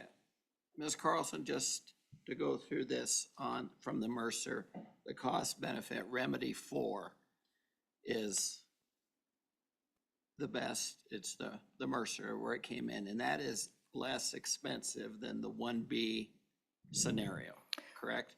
Mr. Chairman, Commissioner Thayer, that is correct. Present value, it is $8 million cheaper present value than the Mercer. And that gives us the best benefit for the district. That's correct. I mean, if you look at that weighted benefit number, it's much higher in that scenario than in 1B. And then just a follow-up, Mr. Chairman, with Mr. Small, when we're going through these older schools on the 1B presentation, it has the replacement of like Hebert, Bain, and Fairview in 15 to 20 years. Would there be a significant cost incurred from now to get them to baby, just if I can just say, just babysit them to get them to that point and then have to rebuild them? Mr. Chairman, yes. As buildings age, they require more attention. These buildings are older buildings, and there will be increased cost just to operate them. We already know that they are energy inefficient buildings, so there's also just the, simple things like that. So yeah, there will be cost to maintain, and disproportionately more as buildings age. Thank you. And then I promise my last follow-up for the district officials. If you were to categorize your block grant funding and your maintenance, major maintenance, as either being flat for those 3 facilities, decreasing or increasing, what would you say that would be? Mr. Chairman, Commissioner Thayer, we definitely are going to see an increase in the major maintenance side on that. On the block grant side, I guess that I'm unsure of. I am not sure I understand your question on the block grant side, how it. I'm just trying to compare the costs going forward to maintain these 3. And what I've got is older schools on this. It sounds like there's some energy inefficiencies that are seen there to compare these across and how much funds are being taken now and what they would in the immediate future. Right. Well, I think a good example would be right here in the Mercer study, for example, leaving Jessup over the next 2 years there. There would be a cost avoidance of a little over $5 million if that was not being maintained for the additional 2 years before it came offline. That school, we have about 12 or 13 schools that are in that same era, same type of condition, same type of construction that we have the same major maintenance issues with. So I think it would be fair to say that any one of those schools, out of those 12 or 13 schools, would incur similar costs and major maintenance to maintain them and try and continue keeping them going. One of the other, problems you can run into with a school like that is if you had some sort of a catastrophic failure that you couldn't get the school back online, we would have to move kids to a swing space, which creates a lot of other issues. And then even having the swing space available, like currently our swing space is actually full with another school waiting to rebuild it. So if that was to happen currently, we'd be looking for a space to put those kids. Thank you.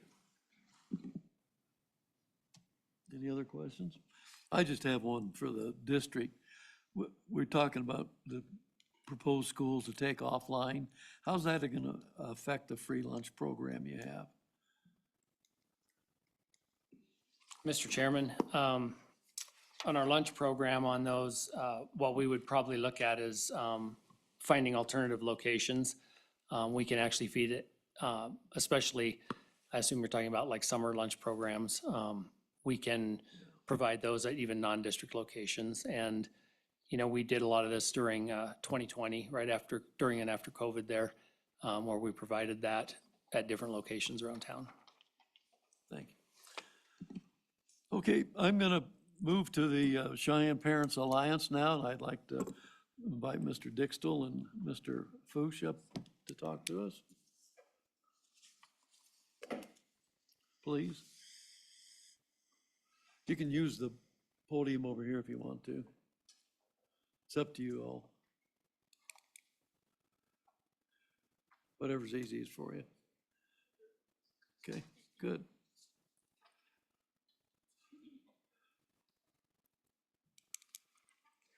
Gentlemen, 30 minutes was our deal, so.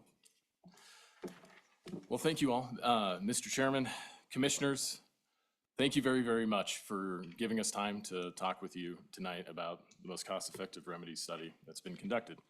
And Shelley, thank you very much for keeping up with me with the slide presentation. I really appreciate it. So we'll go ahead and just, if you go to the next slide, give you a little bit of an overview. We're going to do just a very quick overview on the backgrounds. I think Mr. Small did a very good job of explaining how this came to be, but then we'll also talk about how there's a math error, which led to the wrong remedy being recommended. We'll also talk about how Remedy 1B mitigates a significant amount of the legal concerns with the current recommendation, and we'll also talk about how there is significant public support for Remedy 1B. We have a petition with over 1,000 signatures from parents in this district in support of Remedy 1B and vehemently in opposition of the recommended remedy as well. So if you go to the next slide, please. Let's just talk first about the background of how we got here. Now, Mr. Small talked about how they do this process across the nation. However, we are in Wyoming. I come to you tonight as an attorney, as someone that was born and raised 2 blocks north of here. I'm Wyoming through and through, and I will live and die here. I know that. And what's important to note about that, this is a very specific Wyoming issue. Now, this isn't the same way that you do it across the country, and that's because of our Constitution. We have a constitutional right to a uniform and complete public education here in Wyoming. And as you've been briefed many times, there are Campbell County decision cases that speak to that Constitution or that constitutional provision.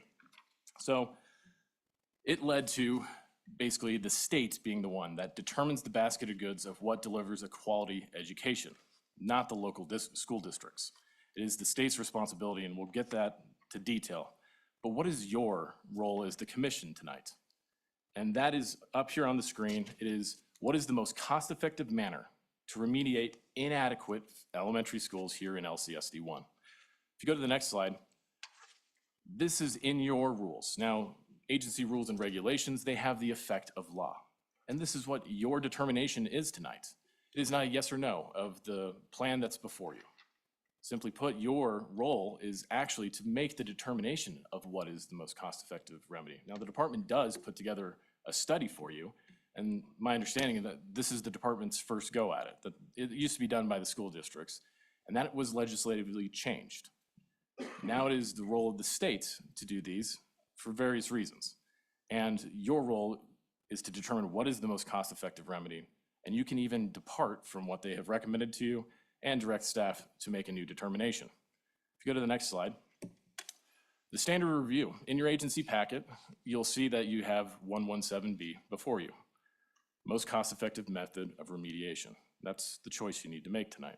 However, 117D is notably left out of your packet, which states that that determination needs to be in the best financial and educational interest of the state, not the school district. If you go to the next slide, how did we get here? So we'll go through this pretty quick. I'm sorry, Shelley, but the next slide is that first, these are the inadequate facilities that we're talking about. And those are the ones that need a remedy. Specifically, ARP, Sunrise, Hobbs, Jessup, Miller, Buffalo Ridge, and Saddle Ridge.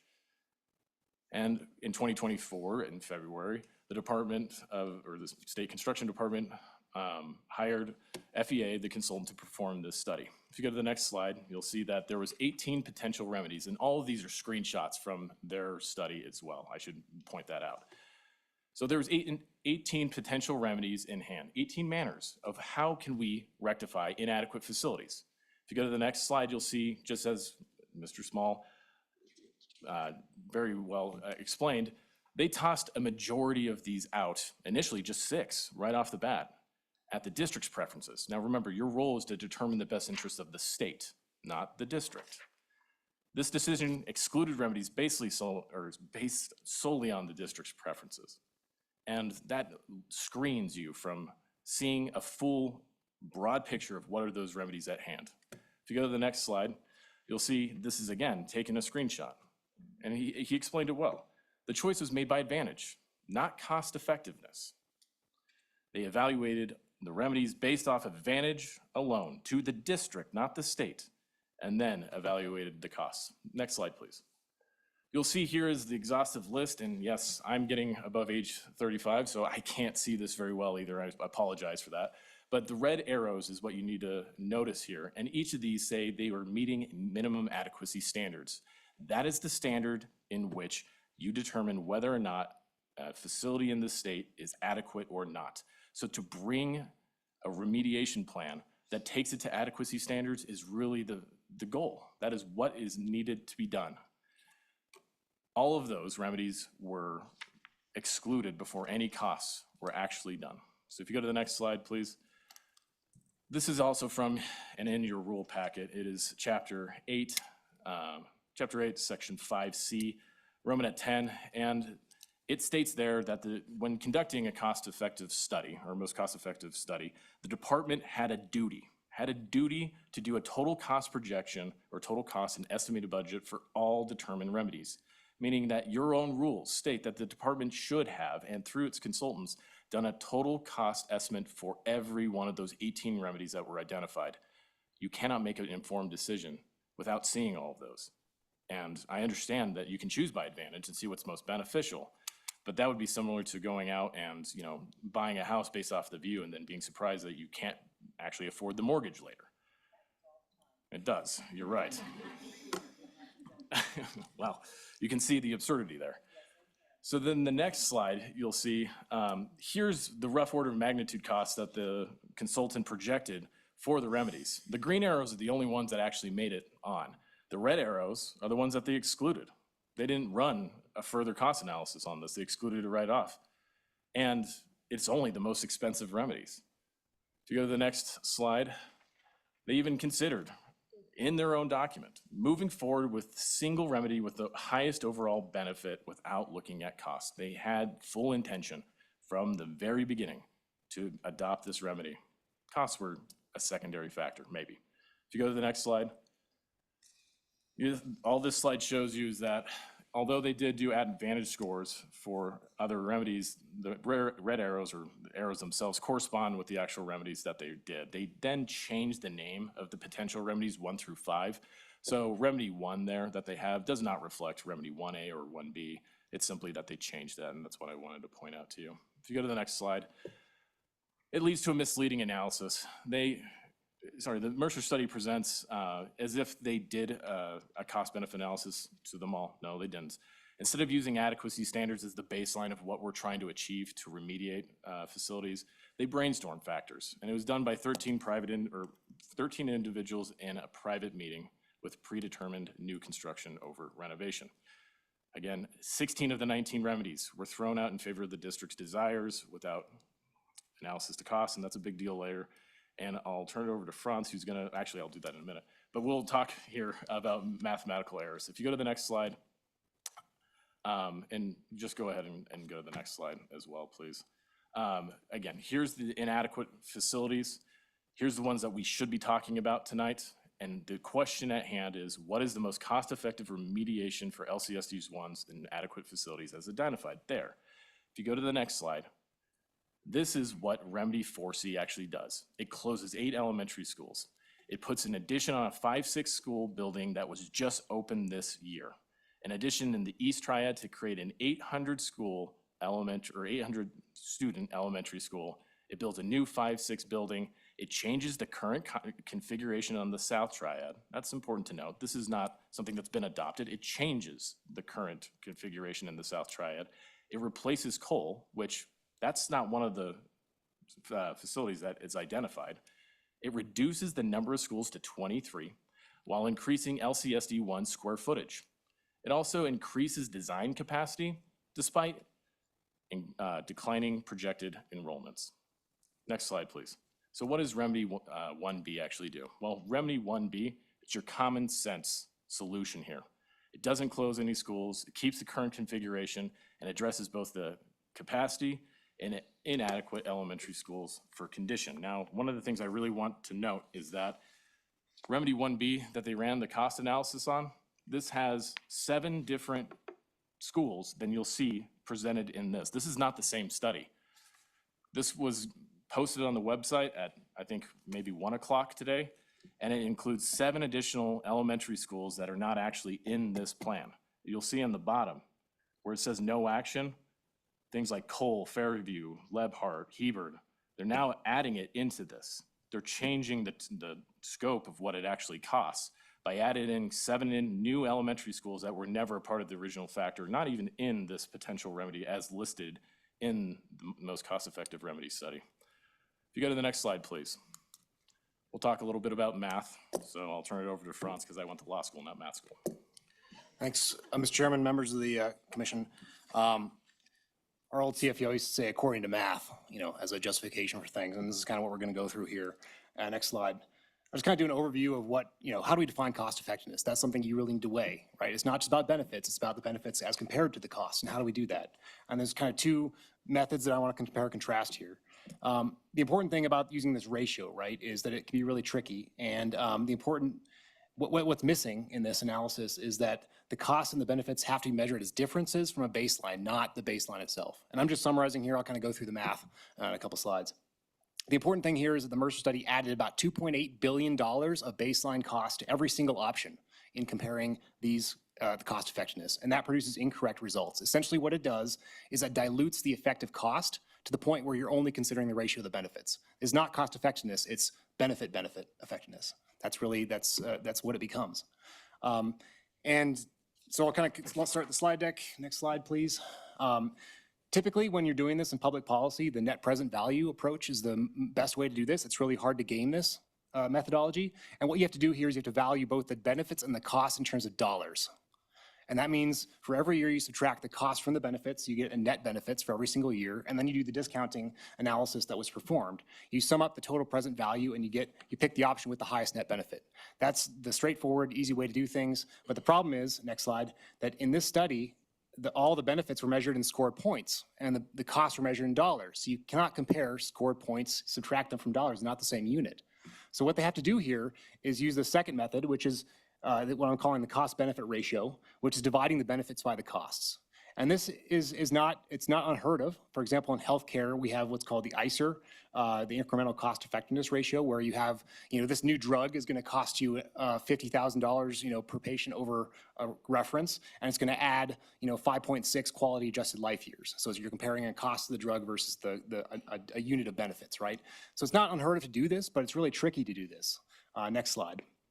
The real pitfall here is not in this math. We agree fully with the math, with the logic of the consultants and the state construction department that you have to consider all the costs, the life cycle, the construction costs, the maintenance savings, everything has to be considered, right? You apply the inflation discount rates, and then you sum up over 20 years, you get the numerator, the present value of the costs, and then you divide that by the benefit score, which is the final weighted score from the study itself. So far, I think we'd all be in agreement. Next slide. This is not explicit in the study. They implicitly use it. You can see on the graph here, they're saying, you look at the cost, and when the one that has the highest benefit, the lowest cost is the one we pick, remedy 4. What they're doing is implicitly dividing the cost by the benefits, and I think they'd agree with that. You're really looking at how do you compare the cost and the benefits? The only way you can do it is this ratio method. Next slide. The problem is these are really sensitive to addition and subtraction. You really cannot include baseline costs in all the options and expect to keep the cost effective ratio the same. The ICER specifically requires the difference from the treatment and control to be considered, not the actual total cost of the treatment, right? It's a difference that is important. The next slide.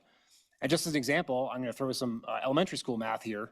Let's say we have two options that have the same cost effectiveness, right? One costs you $10, gives you 2 units of benefit. One costs you $5 and gives you 1 unit of benefit. Same cost effectiveness ratio, 5, right? You get 5, costs you $5 to get 1 unit of benefit. Let's add $10 to each of those, the numerator. You see what happens to the ratio, right? The ratio is not preserved. Very curious. Why is this happening? You can't really do this according to math, right? You can't just add to the numerator here and expect this ratio to be the same.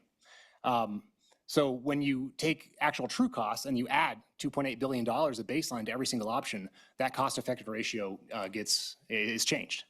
Next slide. Why you shouldn't do this? Here's a concrete example. So say I'm going to Lander, right? I can have two options for I can go to a hotel, I can go to stay in a yurt in Stinks Canyon.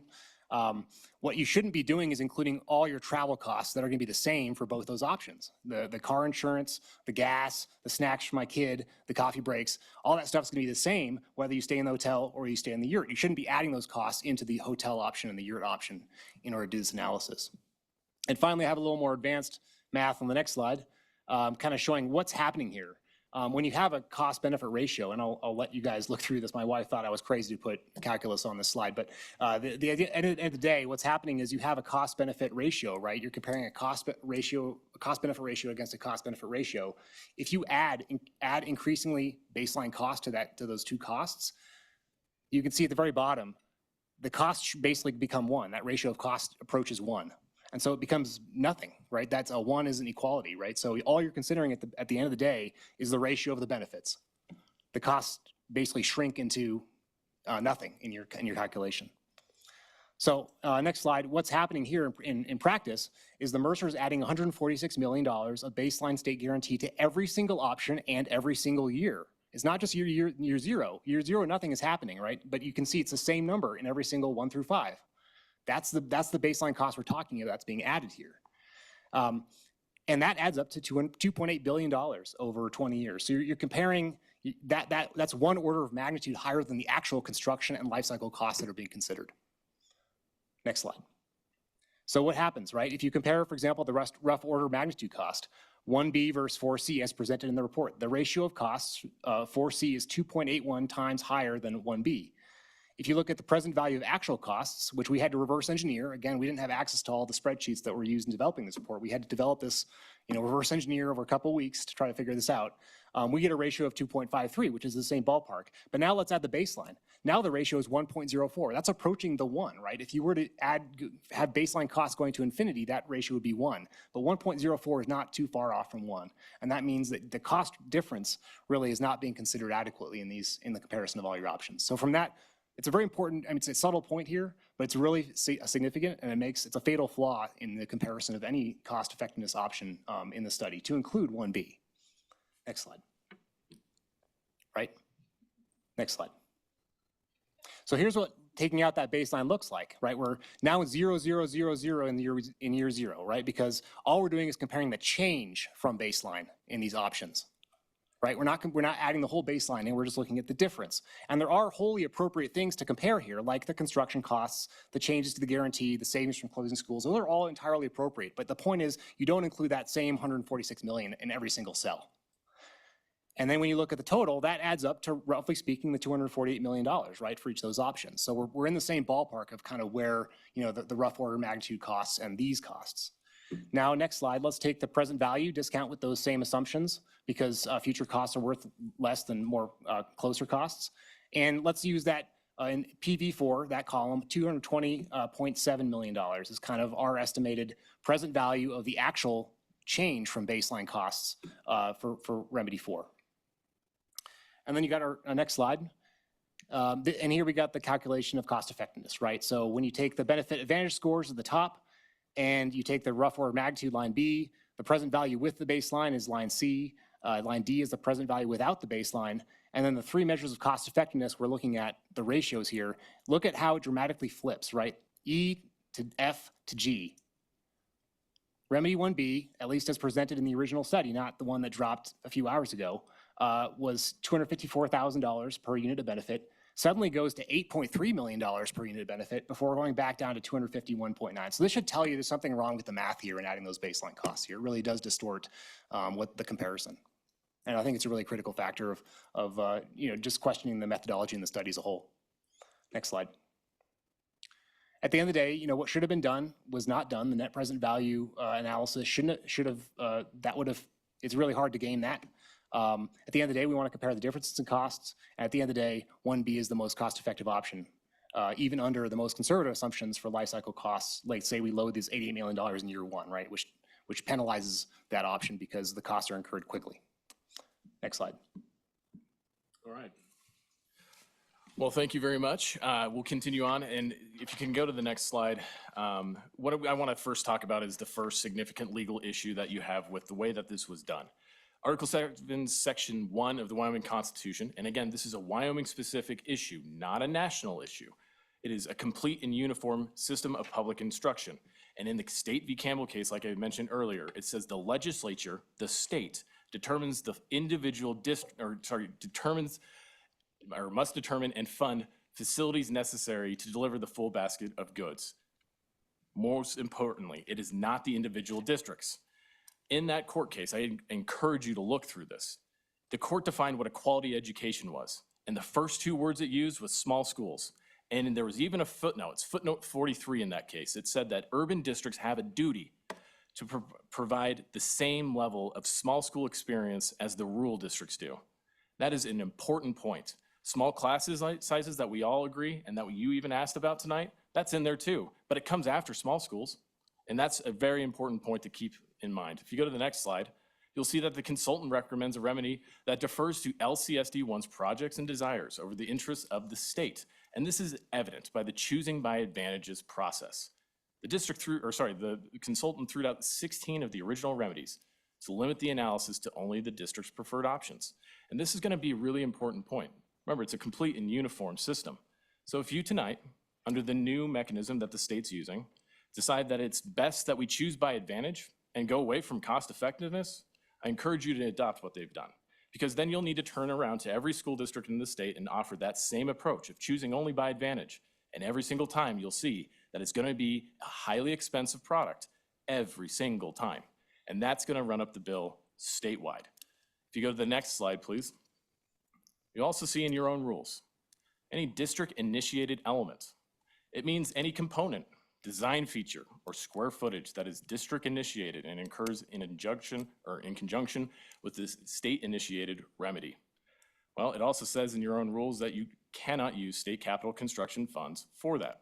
So the district's preferred configuration, the thing that we're relying on for throwing out all these remedies, well, that seems like a district-initiated element that can't be used. So really that difference between the 88 million that keeps the current configuration in place, the one that renovates schools, that doesn't change the model of what's going on right now, and then the preferred remedy of going to, well, a 5-6 model and changing that configuration, well, that's a component and a design feature of the district. If you go to the next slide. The Mercer also fails to consider mandatory criteria. We talked about this section earlier, Chapter 8, Section 5C. That is what guides these studies to provide you with the full suite of information for you to make an informed decision. By failing to consider all available non-constructive remedies, simply put, by going to the district's preferred remedy or process of how or configuration, it really limited all of those available non-construction remedies. So many of you may not be here from Cheyenne, and I'll just speak to kind of the absurdity of this. You have Hobbs that is in need of a remedy. 2 blocks down the road is Coyote Ridge, and as it was even stated earlier, they plan on housing a K-6 model in that Coyote Ridge. They're going to displace kids into that while others are being built, right? So it obviously has the ability to do that without a substantial amount. And also, if there was a substantial amount of what that renovation is, they at least should have provided you with the cost analysis to know what that cost would have been. How can you make an informed decision if you don't have all the information at hand? The next thing is that the current appropriation, that's great, no, go to the next slide. The current appropriation, it says in your meeting packet that it's $95 million. That's represented by that black line. Remedy 1B is fully funded. The other one, the preferred remedy, is going to require going back to the legislature. And in the meantime, we will be closing schools without the actual appropriation in hand. We'll be requiring the legislature to fund those because we already have closed those schools. Next slide, please. It's also not a lawful remedy. The statutes itself define what a remedy is. Again, it's for inadequate facilities. So we're finding what is the remediation. And that is building, facility construction, replacement, renovation, repair, or any combination thereof. Absent of this, the legislature was very clear in its intent. It did not define a remedy to include abandonment, closure, or displacement. Next slide, please. 116 was referenced. That is the long-term facility planning process, not the remedy process. And in there, it says for every abandonment or closure of school, there will be a public hearing on the issue. There has yet to be one for any of the 8 schools they intend to close. So by doing this, they will tie the hands of the district and they will tie the hands of what's going on. What just happened is that we just had a Mercer that was done by the state, and the Board of Trustees, we'll get to in a bit, blamed the state itself that this is not our process. Our hands are tied. It's a take it or leave it deal. We have to do this to get the funding. What's going to happen when we adopt this Mercer, as is being proposed, and there was supposed to be a hearing? They'll hold the hearing and it will be moot at that point. It would be predetermined. Sorry, guys. Yeah, I hear what you're saying. It sucks, but we already have to. That's what the state told us to do. So this is being used to circumvent the hearing process. That should have been conducted already. The next slide, please, and that's the 5th legal issue. The 6th one is that the analysis supporting the recommended remedy fails to consider the effects on the local community. Again, in your meeting packet, 117D is absent, notably.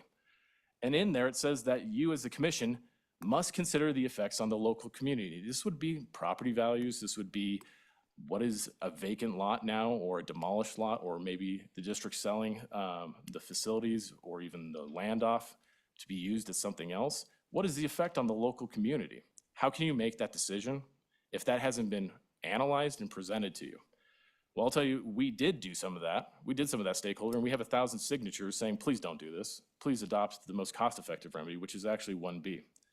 So if you go to the next slide, Franz is going to take it from here. Thanks, Dirk. So here's how the analysis was conducted as far as we can tell from the report as far as measuring this effect, right? Let's treat this as a recipe. Let's put 3 district administrators, 3.5 state construction department employees, and 6 FEA consultants in a room.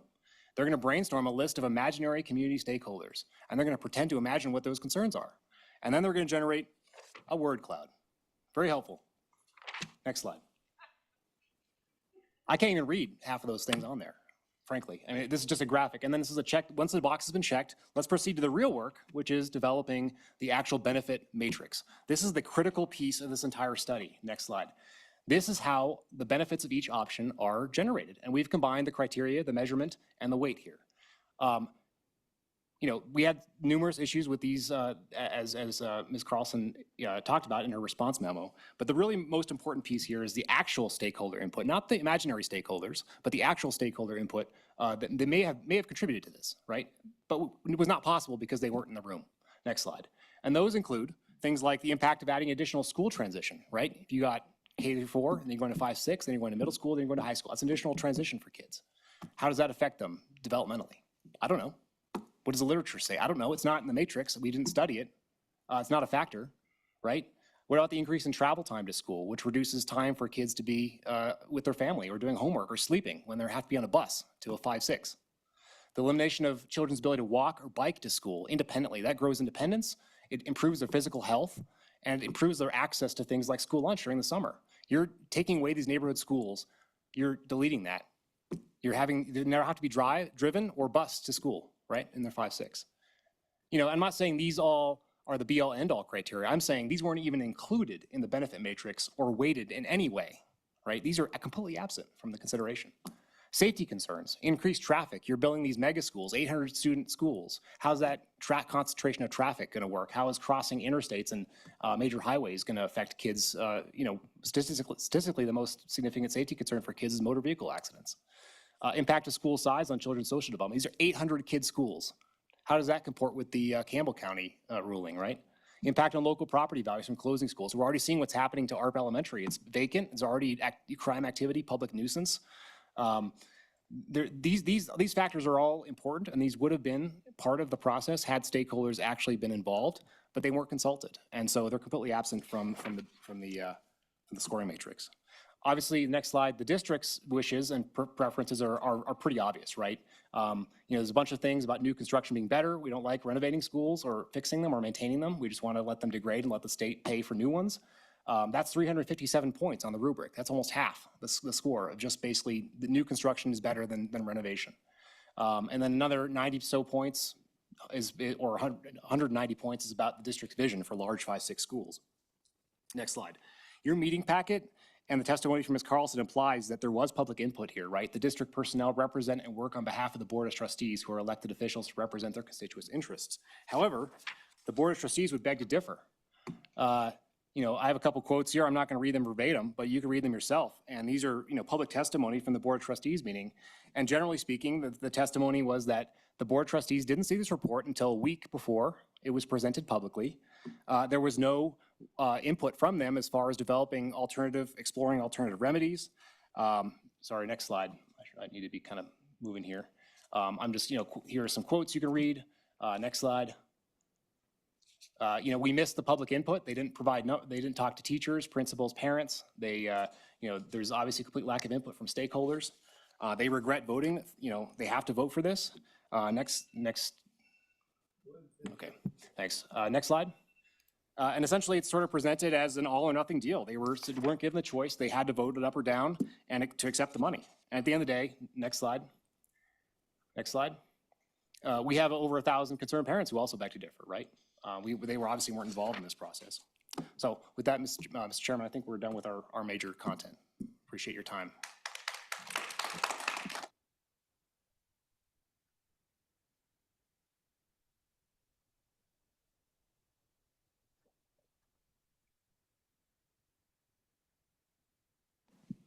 Forgot to turn the, thank you, gentlemen. I forgot to turn the mic on.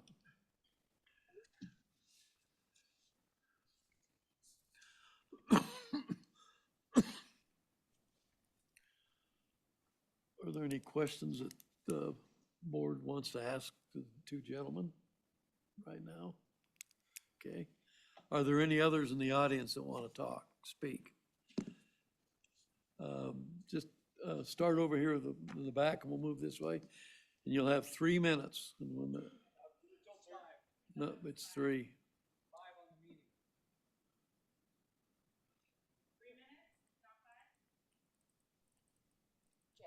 Huh? They were told 5. Who told them 5? This is on the agenda. Okay, my sheet said 3, 5. We'll go 5 then. If everyone could please come to the podiums and use the microphone so people online could also hear you. Also, for those online, we will be opening for public comment as well. We're going to try to rotate between in-person and online public comment. So if anyone online wishes to make a public comment, please raise the digital hand and we will try to get to you in timely fashion. Okay. Ready? Okay. Good evening, Commissioners. Okay. All right. My name is Kiwi Burkhart. Thank you, Commissioners, for accommodating us in the meeting arrangements tonight. I am the mom of a first grader at Bain Elementary School, one of the schools slated to close, and also a soon-to-be kindergartner. After listening to the State Construction Department's review of the Mercer study, I made some extra notes. The one thing absent from all of the Advantage scores is the community, the impact on the kids, which is the primary purpose of the district, is to provide quality education in a safe environment for our kids. And this study doesn't take into account any of that. I'm also here tonight to confront the LCSD 1 school board's violation of Title 21. I'm not sure of the entire codification, but Article 15, Section 116, Part 6, Subpart G, states that the State Construction Department shall require school district boards of trustees to incorporate a collaborative committee process. that didn't happen. I think that's pretty clear that none of that ever took place.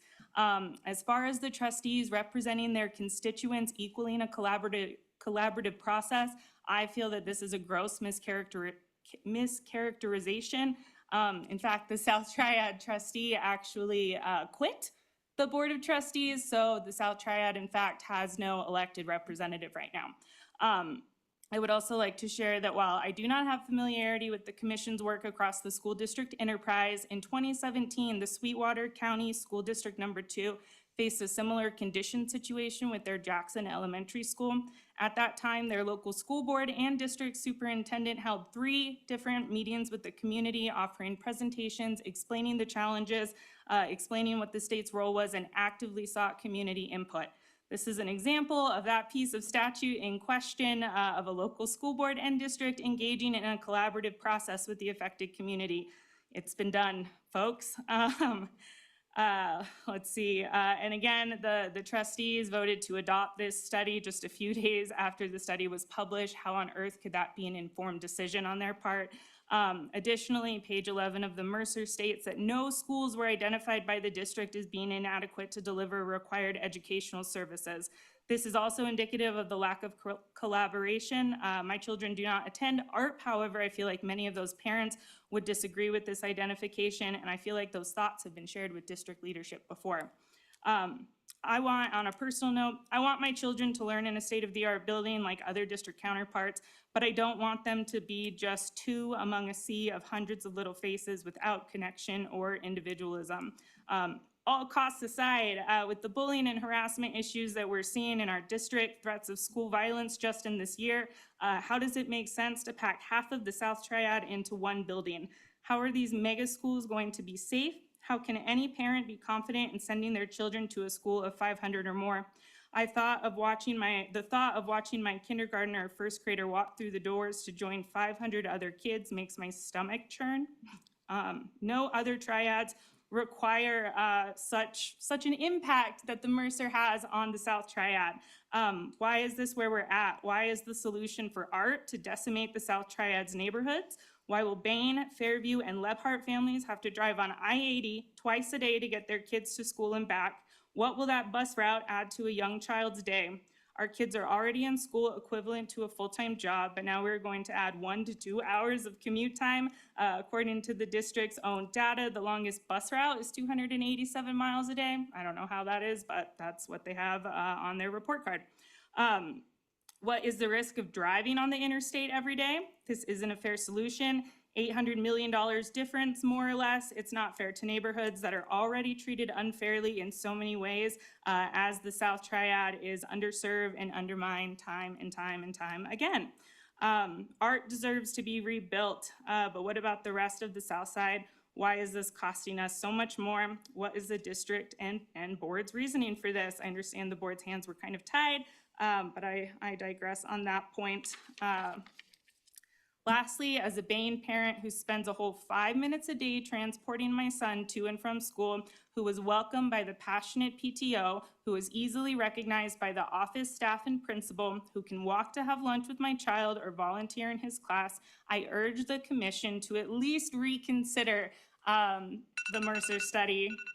All right, and I'm sorry.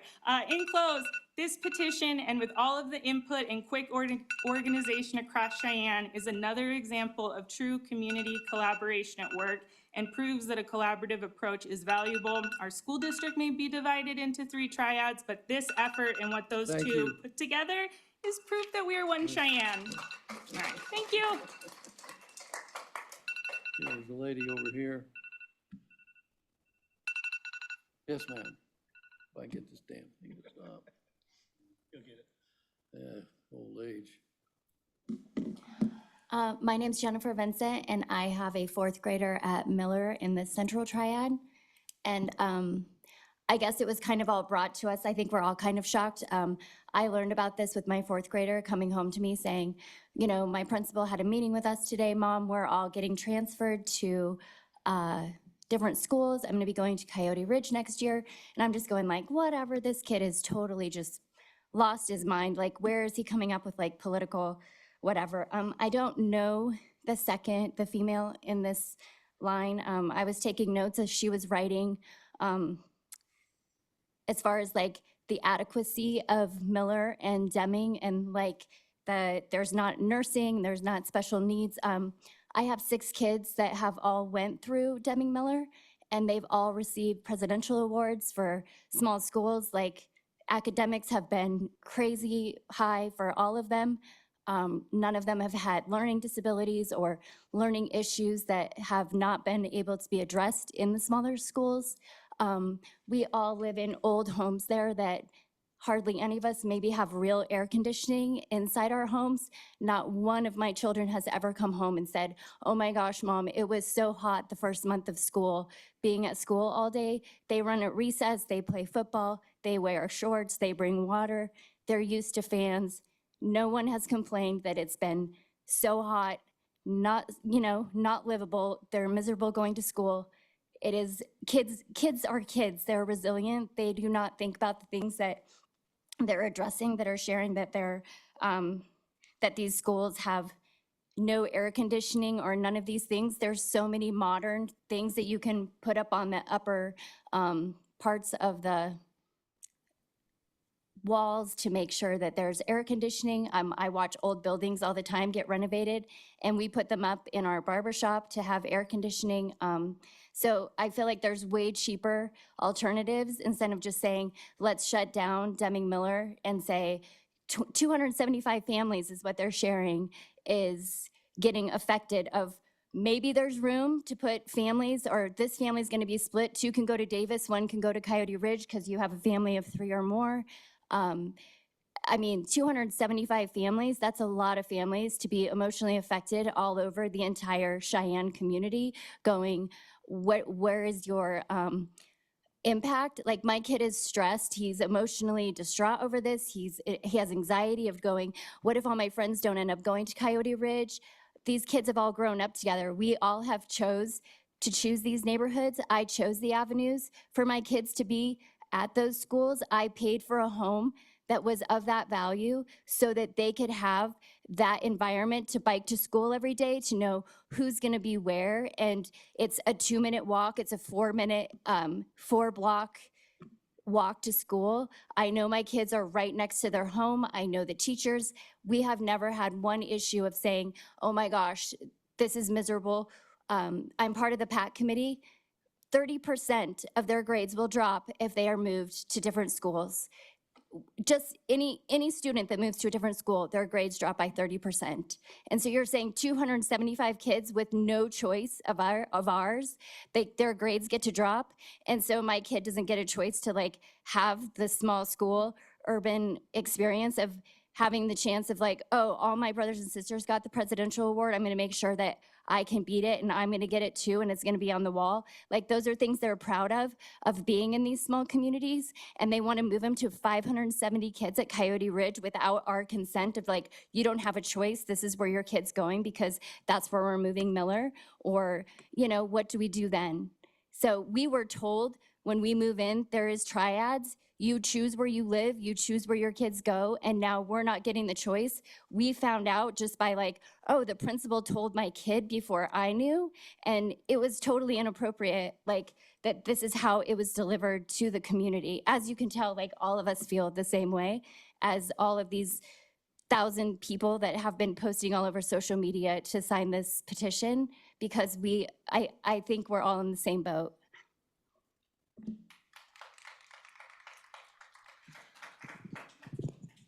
Chairman, we have someone with their hand raised online. Tony, if you'd unmute yourself and please introduce yourself to the board. Hi, my name is Tony Brannon. Can you hear me? Yes, we can. Hopefully. Okay, great. My name is Tony Brannon. I live in the East Triad, and my kids go to several different schools in the community. So I'm just going to share a few stories. I didn't plan on speaking, and I apologize I can't be there in person tonight. But I'm just going to share a few stories. First of all, I went out to Bain Elementary and I collected signatures and talked to people about what was going on. And I was so surprised at how many people did not know this was taking place. I spoke to one gentleman who lives literally right across the street from the school and was shocked to know that the neighborhood school was going to close without his knowing. So I know it's been said, but just not enough community involvement. People were not informed well enough. Neighborhoods were not well enough informed. When we moved to Cheyenne, we were renting. When we decided to purchase a home and choose a school, we actually went to all the local schools and we interviewed principals. And my kids went to Anderson. I live in that neighborhood, but I bought a house in this neighborhood so my kids could go to Anderson. So I can just understand and resonate with those parents that bought homes to live in these neighborhoods so their kids could go to these schools that are now being closed down. I would have been devastated if I had found out Anderson was going to be closed. I had 3 boys go through Meadowlark. So we have been through the 5-6 model. It's awful. It's disjointed. It feels very disjointed. One of my kiddos, my IEP kiddo, didn't have a resource teacher for half of one of his years when he was there. And my oldest son went through his entire first year there. And at the end of the year, we were told, oh, he's probably going to need some extra supports. And I was shocked. I was like, okay, why didn't we hear this at the beginning of the year? That's a teacher issue, but I do think it plays to the 5-6 model. I've lived in a lot of places throughout the country, and I've never lived anywhere with this 5-6 model. It's the strangest thing to me. I don't understand it. I have a kiddo at East right now, and we're experiencing the lockdowns. It's terrifying. Bigger schools are not going to make our schools safer. So putting more kids in these 5-6 schools and increasing capacity is going to make these schools unsafer. It's going to use more resources when we do need to do lockdowns. And yeah, it's not a good model. And then I have a kiddo at Triumph. So I know the difference very clearly, the small school versus the larger school. My kiddo at Triumph this year was diagnosed with severe ADHD. And we were asked, do you want to put him on an IEP? We don't even need to put him on an IEP because he gets so much attention at that school, all the needs that he would need, all the special needs that he would need from being on an IEP and resource, he just gets because his class sizes are so small. We know that the large class sizes are not working. They're not working. They're not benefiting our children. And as our schools become more unsafe, we cannot put more kids in these schools. So thank you for listening to me, and I appreciate you for listening to all of us tonight.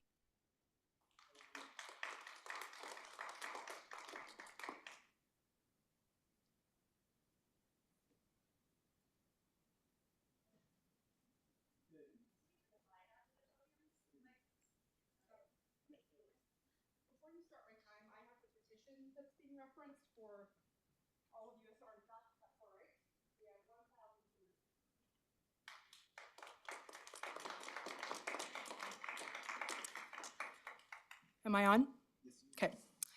Okay, I prepared remarks to time myself, so Chairman Tarter, members of the commission, thank you for the opportunity to speak tonight. My name is Katie Shum Dykestal. You heard from my husband Dirk earlier, and I am the parent of a kindergartner at Jessup Elementary in Cheyenne, one of the buildings slated for closure in this proposed 4C remedy. I am also a lifelong Wyoming resident and a former educator. In fact, until last year, I spent 11 years with Laramie County School District 1 as an elementary school teacher, instructional coach, and most recently as a district administrator. During my tenure at Laramie 1, I taught kindergarten, second grade, and early literacy. Most recently, I was the English Language Arts coordinator for the district. I oversaw curriculum and programming for all libraries and English Language Arts for students K through 6. I tell you this to demonstrate my position here tonight with my remarks. I am here not only as a parent, but as an educator, an educational administrator, and a community member. I implore you to not support the recommended Mercer that has been brought to you tonight. It has been made clear that this is a deeply flawed and erroneous study with stark fiscal consequences for our state. As other parents and community members have demonstrated, this study is nearly everything except the most cost-effective. Indeed, it is the most expensive remedy that they've brought to you. However, what this study does do is the following. It closes and demolishes 8, not 7, 8 elementary schools in Cheyenne. To be clear, that is 1/3 of the entire school fleet in our community. We're talking about 8 in a very cold way. Terms like offline, that's 1/3 of every building in this district. What that means is it displaces roughly 1,120 students in our community. That constitutes almost 1 in 10 of every child in the district losing their school. This is a big deal. It displaces roughly 165 district staff members who will likely get an email telling them where they will be assigned. It costs the state an additional $170 million of funding in excess of the appropriated funds that are entailed with this Mercer, funds that emphatically do not exist. It condenses displaced children into buildings of between 500 and 800 students without any neighborhood access. It irreparably harms the community landscape of Cheyenne, leaving 8 vacant lots across 8 district and community areas. It demolishes these buildings while somebody profits off the sale of that land. It forces affected children to transition schools up to 4 times. We're not just talking about the 5-6 model. I'm going to paint this picture for you. For example, my daughter Lottie is in kindergarten at Jessup. She'll spend 2 years at kindergarten. She'll get shipped across the interstate to Davis for 2 more years, while she then is forced into Coyote Ridge for 2 more years, and then to McCormick. This is not the Wyoming educational landscape I signed up for. It forces a failing K4-5-6 model where there are 10 sections of a single grade level. We keep making the point about how many students are in a class. You're right, there might be 20 students, but there's 10 sections of 5th grade. So this idea that this somehow gives better access to kids is emphatically false. Furthermore, it forces my child to get bused across an interstate and a highway just to get to 1st grade, not just Coyote Ridge. The busing issue is a significant concern. I emphasize these points in support of the previous presentation from my husband and Franz to demonstrate the unprecedented impact this would have on our children, our community, and our state. This has never happened in the history of this district. Nothing of this magnitude has ever resulted from a Mercer. And I ask the question here tonight of why? Why would any district or state want to completely annihilate the educational landscape of their community? Shouldn't the district be fighting for these schools? Fighting for the teachers? Fighting for their students and communities? Why would anybody want this? Well, most don't. Here in front of you tonight, we have a packet that is a petition that has 1,038 signatures demonstrating the outcry of these potential closures on our community. 1,000 people telling you in the district that this is not in our best interests or the state. So why would the district be pushing the construction department and influencing the study like this? I have a few theories, but among them is their desire to get the maximum dollar amount and the maximum amount of new buildings while they think they have the money. And also their attempts to cover up the fact that Coyote Ridge should never have been built. In fact, the enrollment numbers that you saw there tonight for Jessup are a reflection of the fact that Jessup this year was gutted of the 5th and 6th grade to shove those kids to Coyote Ridge. Jessup is not 125 students. It had 2 sections that don't exist there now because they've shipped them to Coyote Ridge. Those are false numbers. They now present skewed data to you to make it appear as though these schools are not full, when indeed they were full and they have been for over 6 decades. Taking a child's school away from them is the most consequential and serious decision that can ever be made. I'm almost done. To be very clear, if this Mercer passes, the state and district will be taking my child's school from her. Not because it is low performing, not because there is low enrollment. In fact, Jessup is one of the highest performing schools in this entire state. Now she's going to be forced out of this high performing school. They are willing to offer up my sweet child and my family as sacrificial lambs. The meeting packet tonight includes language from the construction department and the consultants that defends their stakeholder engagement. I promise I'm almost done. This is an incredibly offensive notion. 3 members of the district say that they represented our needs. That was 3 people from our construction division, not a single teacher, not a single administrator, not a single parent. They are representing your needs as well as our needs from this 3-person group. Last thing I'll leave you with, because I clearly didn't time myself right. My daughter Lottie has type 1 diabetes. She's 5 years old. She has a life-threatening medical condition. There is one nurse at Jessup that takes care of her insulin and her glucose needs all day to keep her alive. If she is shipped to Davis, there will be 400 to 500 students at Davis Elementary because somebody has to absorb these kids. Guess how many nurses there are at Davis? 1. So the idea that a new building equals better care for her is emphatically false. As a teacher, As an educational administrator, I know this is wrong. And as a parent, this is emphatically wrong. If you vote to move this forward, you are taking Lottie's school from her. These are real kids, and I ask you to consider that in your decision tonight. I'm very grateful for the time. Thank you.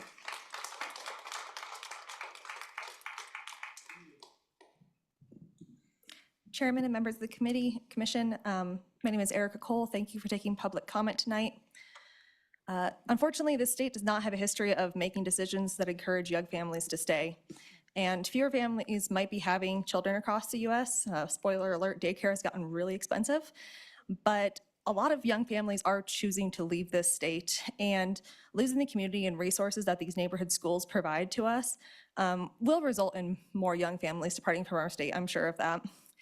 I am actually a professional engineer myself, and I can tell you, you put a bunch of engineers and architects in a room, and they will come up with a very analytical solution that is lacking any social factors, and that's what we see in this report.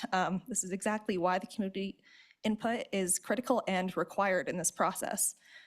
One of the factors in the evaluation was operational efficiency, where fewer numbers of schools was a better benefit rating. So this inherently gives better ratings to schools or to remedies that close schools. There are no factors related to community impact that as has been mentioned previously, nothing related to supporting or access food insecure students, social factors that would have been included in this analysis would have moved a lot of these remedies further along the x-axis in this cost-benefit analysis had they been incorporated. So the present value difference between the Mercer selected option and option 1B as calculated in the supplemental report, number 1 that I just saw tonight when I walked in the door, is only $8 million, which is 0.26% of the $3.019 billion total cost over 20 years. So that is surely within the margin of error of this calculation. So I think that should be completely disregarded in this analysis. Please reconsider your solution, or the solution be presented to you tonight in the Mercer report, and your decision to select the most cost-effective remedy for this school district. Thank you. Yes, ma'am.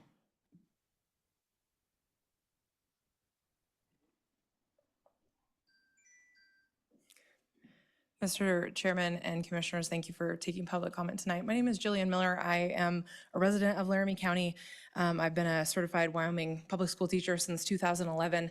I spent the first part of my career in a rural school with Commissioner Thoren up in Fremont County, but I live down here in Laramie County now, and I came here tonight to support the families and the parents here that are concerned with this. I think it's clear through the public comment that not enough community involvement has been included in this Mercer and in this conversation. I came here because I wanted to see the presentation from the state. I also wanted to see the presentation from the Cheyenne Parent Alliance to better understand the situation happening here in town. And it was not lost on me hearing these comments, but also just sitting through the presentations, how that human factor hasn't been included. One of the major benefits of a Wyoming education is the small school aspect, as was pointed out in our Constitution. I've seen it in rural, the K-12 school that I worked in, but also in these small neighborhood schools and all of these things that these parents have pointed out. And these decisions, I was on the inside of a building project up in Shoshone. I was a teacher, a full-time teacher there when the new building was designed and built. And the decisions that go into that can feel really workaday when you're on the inside, right? You're looking at the cost benefit, you're looking at the fact that you don't have enough plugins in the classroom, et cetera, et cetera. But to the families, it's a big deal. We saw that in Shoshone, people letting go of that school building. It was difficult and it was hard on the community. It didn't mean that the new building wasn't great, but it had a massive impact. And what you're doing with 8 school closures with this Mercer is a tsunami to this community. I mean, 8 schools. At the very least, the lack of communication to the district stakeholders is stunning. That everyone, the board included, would be shocked by this at a board meeting is just unbelievable, and that cannot be taken out. Our schools are here to serve our children and to serve our families. That's the ultimate mandate. And as the person speaking before me pointed out, there are a lot of families leaving. We have to invest in our children to continue on here in Wyoming. I think all of the educators and parents in the room would agree with that. And this, Mercer, I would ask you to reconsider what's been put before you, whether 1B is the option or not, I don't know. It seems to me like there could be middle ground between closing 8 schools and not closing any of them. That's the moderate in me, but I would ask you to reconsider and to not accept this, Mercer, as it is, because it most certainly has not been generated with enough community input. If there were no teachers and there were no district administrators and there were no parents and there were no students involved in that process, then it is lacking. It is fully lacking. Having been a part of a building program, Shoshone had meetings with students to ask their input on the situation. Why shouldn't we have the same thing here? They had meetings with teachers. How discombobulating is it to get an email from your district saying you're being reassigned? We already have ARP in a building. I have a friend who works there, and clearly that's upset the community that ARP is supposed to be serving as they've been in that swing space. Please reconsider accepting this, Mercer, as it is, so that we can find some better options to better serve our community. Thank you so much for your time.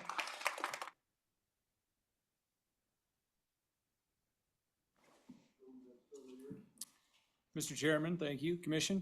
My name is Jeremy Gross. I'm a parent in LCSD 1 as well as an attorney in town here. I would like to highlight 2 points that the presentation earlier kind of sped through but are important to me. I'm sure you're aware of your statutory obligations, but I want to hit on those. And then I want to talk about the benefit analysis if I have time. Your statutory analysis in this case is governed by 21-15-117, right? You know that subsection B defines what the Mercer is. This commission has to adopt the Mercer. That information is included in your materials packet. It's at page 55. But as was illustrated earlier, subsection D of this statute has been left out of your materials. I don't know who prepares that for you. You should maybe talk to them about that. If it's purposeful, that's a problem. If it was an oversight, well, anyway. What it says is that in determining the Mercer, you must, quote, in making determinations under this subsection, the commission shall take into consideration the effects of the proposed activity on the local community. Shall. That is a very strong word in the legal field. The legislature did not say may. They did not say could. They said shall. There is no discretion there. So point me to the part of Mercer that says or discusses the impacts this plan will have on property values. Whether it's for the houses that are now next to vacant lots or vacant schools that are being vandalized, or whether it's for property values next to the giant mega schools that we want to build. It's not there. Point to me in the Mercer where there is any analysis whatsoever on the desirability of living near a neighborhood school and how that affects property values. It's not there. They did mention the need for construction crews and how that they factored in the local economy and whether we would have construction crews available to do the projects, but they didn't look at anything else in the community whatsoever. No traffic studies, no studies about how busing would be done. We had some improvised answers from the school district, but nothing in the study that discusses those. And nothing that discusses how low-income students are going to get free lunch in the summer, especially in the South Triad. Nothing. You've heard many people bring up other topics that I haven't addressed. Where's the mayor? Where's the city council? Who's been consulted on this? Nobody. How many local community members did they talk to? 0. We've managed to talk to over 1,000 in a month through informal information gathering and social media. It's not hard. It can be done. Statutorily, you cannot sign off on this plan tonight. As written, the 4C option. You have not before you the information to consider the community impact, which you shall do. Point 2 has been brought up as well, the benefits. I just want to elaborate on this. When you have cost on the y-axis and benefits on the x-axis, if you inflate the benefits, it continues to skew that analysis. And you can assign those benefits however you want. If the group assigning the benefits are a group of bureaucrats and hired contractors who are making up these numbers in a vacuum. They pretended to be stakeholders. They were straw stakeholders for parents, for teachers, for students. They didn't ever actually consult with any of those people. And so when you have an x-axis that is so subjective, and it is being defined by people who are number crunchers, who are looking at this from a very specific perspective, it doesn't capture the actual benefit that these schools provide. It only captures the efficiencies, which you could see on that table. The efficiencies are the values that have been rated highly, have been weighted to make those plans skewed more towards benefit for efficiency and for the cost of running those schools. Very low on those lists are school safety and displacement of children and how that will affect kids. That's criminal. It's ludicrous. You've heard it. I'm not going to keep repeating it. The community has not been consulted. The entire x-axis of this study is false because of that. And for those reasons, you cannot approve this study today. Thank you.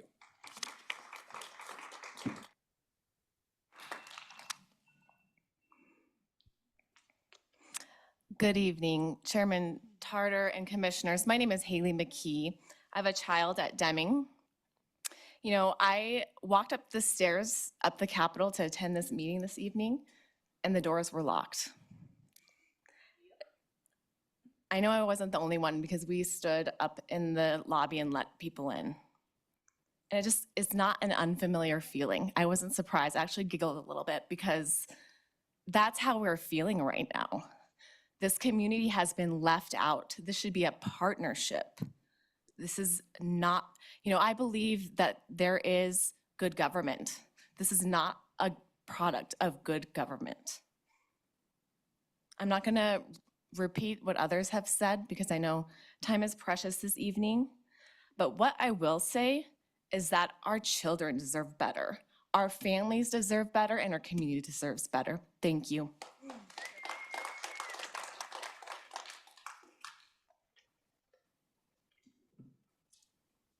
Hello, I'm Jesse Springer. I live in the Deming neighborhood. So I've read some of the other MSERS that's been funded in the past. So Sundance built a new elementary school and they considered pre-K. They gave points for that. Did the model that they chose support pre-K? They gave points for small schools, neighborhood schools. So exact reverse of this study where big schools are given points. In that study, small schools and neighborhood schools were given points. So I think that's an inconsistency that should be resolved now and in the future to say what is actually valuable. What do we give points to? Do we give points to 500, 800 person schools? Or do we have a max school size that we're targeting? And if it exceeds that max school size, do they lose points? The Sundance MSER considered traffic safety. It considered the impact on that area. In the LCSD1's MSER, there's a safety assessment, but essentially it just gives points if the school is new, it's safer. The small school could be safer. To my knowledge, none of the schools being closed have had any safety events. They've also had significant security investments by the state in those schools over the last 10 years. So the state has a fund that it has already funded security improvements. And so on the SFD website, there is a standardized assessment for security that tells you if a school is safe or not according to the physical, the practices, and other things, and they're under 3 different departments. And it says a school is safe based on those measures. And SFD has a training right on its website on how to assess a school's security. And to my knowledge, Henderson, for instance, is in the capital plan for this year having security improvements done. It's one of the schools being closed. So, you know, when we hear that, oh, the old schools are unsafe because they're not new, this group has already invested in security over the last 10 years in those schools. So I think you'd want to know what's remaining on that checklist to be done in those schools before you say, oh yeah, the new school's already safer. This study is closing schools that did not meet the condition or capacity issues. So there is a significant number of schools in this EMSR that have no condition issues. And you can see that from the revised study that Deming, for instance, is good to go until 2040. It's good to go. According to their own study, it's a good school till 2040, but it's being closed. There's plenty of capacity there. A lot of these schools are, according to the state's own data, in perfectly good shape because they've been maintained. So if they had a wave of investment in a little bit more major renovation, such as heating systems, cooling systems, windows, I mean, when I think about my house and I need new windows, I don't go, let me go get the bulldozer. Like, come on. Like your heating system breaks down, you don't tear your house down. You need a new roof, you don't tear your house down. Those are not things you do. So when you hear that to say, oh, it needs a new heating system, the windows are bad. Those are things you just do. Like that you have a 50-year-old window in a 50-year-old building doesn't seem like a reason to tear the building down. So think about that type of things because, you can get nice windows with triple pane glass and they'll actually solve most of the heating and cooling issues that you're experiencing. And that's a much cheaper renovation. Site improvements was a scored item here, but new schools were given the max score on site improvements. And I think if you go to these neighborhood schools, you would see they have lots of site improvements. There's parks nearby. There's nice established trees. You can bike and walk to them. But those schools were given zeros on site improvements in this study. So, you're hearing all these people saying, hey, these are nice schools. We like where they are. They have lots of improvements. They have parks already. They have all sorts of improvements on site already. They're given a zero. So, my kids have gone and played at these playgrounds at multiple of these schools, but they're given a zero on site improvements. So that's the sort of thing you have to start thinking to yourself, like a school only gets site improvement scores if it's new. Does that make sense? Like some of the neighborhoods have nice trees and things. The enrollment projections in certain areas, I don't know if you've been reading the Cheyenne newspaper, but there are very, very large planned developments near some of these schools to be closed. Thank you very much.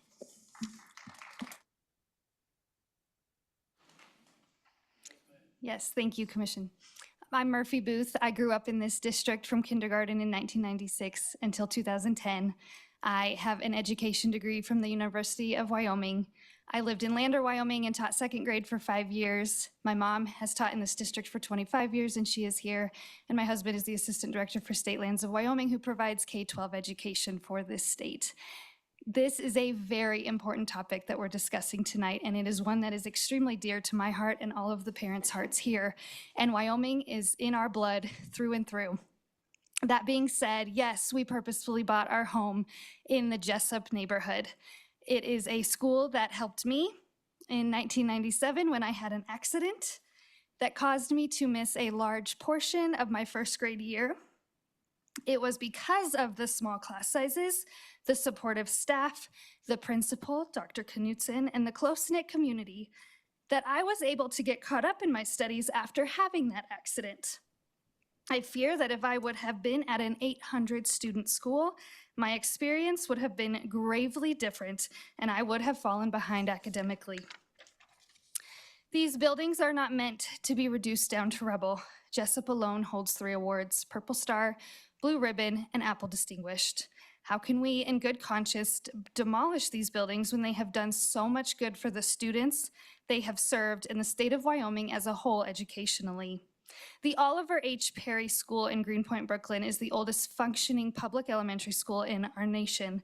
It was built in 1867 and stands proudly as a historical landmark, very similar to our Deming Elementary. New York is proud of this school because it holds so much history and still functions to educate students today. Let's not eliminate buildings in our town just because some see them as old.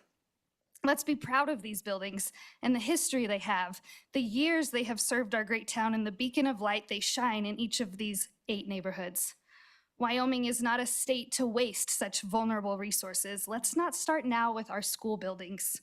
We are not in support of this mega school formula. We support the original 1B, not the one that dropped today at 1 o'clock. The original 1B is the least wasteful, the most humane, and the actual most cost-effective remedy.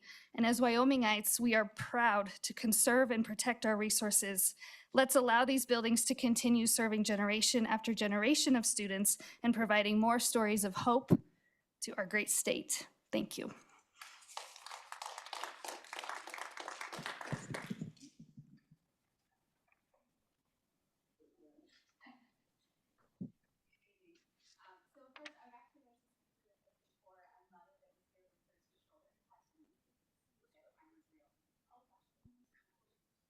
Yeah, a little person. There you go. All right. I first like to speak for a mother that was here earlier and she had to leave because she has 2 young boys that need to get to bed. Thank you for your patience with my 2 young children that are here. The parent that I'm speaking for first is Miss Kristen Jones. She was here since 5:30. She has 2 children. One of them, her son, is at Miller and he will be immediately impacted. He's a 4th grader there. And he's very sad about this. And so he is also asking, and their family is asking for you to not advance option 4C. I am here, Heather Webb Springer, to provide public comment to urge the commission to vote no on option 4C and advance the original option of 1B in the Mercer report. I'm here as a parent and community member. I represent 1,038 community members who have voiced their opposition to option 4C. In Cheyenne, we want to replace ARP. The issue we face at ARP is because our district prematurely closed this school. We do not wish for this mistake to now be repeated 8 times over. The 1,038 community members I represent equals 1 in 63 citizens in Cheyenne. These citizens do not want to close Jessup, a Purple Star school. In our district, we only have 5. If we take Jessup offline, how dehumanizing, we will then have 4. We have a military base in our community. That will also leave us with 1 elementary Purple Star school. Jessup, as Murphy just mentioned, is a Blue Ribbon school and a Distinguished Apple school. Cheyenne does not want to close Bain, a Leader in Me school. We do not want to close 3 pre-K programs at Deming, Lephart, and Hebert. We do not want to close schools that provide 100% free and reduced price lunch. And to answer that question, 3 of the 8 schools voted to be taken offline, Fairview, Hebert, and Lephart, provide 100% free and reduced price lunch to those students. We do not want to close 2 schools that just this week received Excellence in Education grants, Deming and Jessup. Our board is proud to celebrate these schools. In October, Chairman Bolin celebrated the pre-K program at Lephart, but did not tell their parents he voted to close that school. At Jessup, they were pleased with the Purple Star program, but they have not told those parents they voted to close that school. The LCSD1 board and the district would have known this and known our wishes and our hearts had they invited parent and community input. On September 30th, parents were shared the Mercer 2024 report via an app, which required a 150-plus page document download. It did not outline, this is what we will be voting for. It also did not invite or convey how to provide public comment. One parent who did call was told they would be put on a wait list to speak. A room of consultants and a handful of district employees do not equal public input. Our board mentioned the lack of public input. They also asked, where would the children go in this design for 4C? And I quote, we did not prescribe where students would go. How can we know about full benefits and actually analyze impact when this simple and base level question has not been answered? How can we know my children will be safe getting to and from school when we don't know what school they will attend?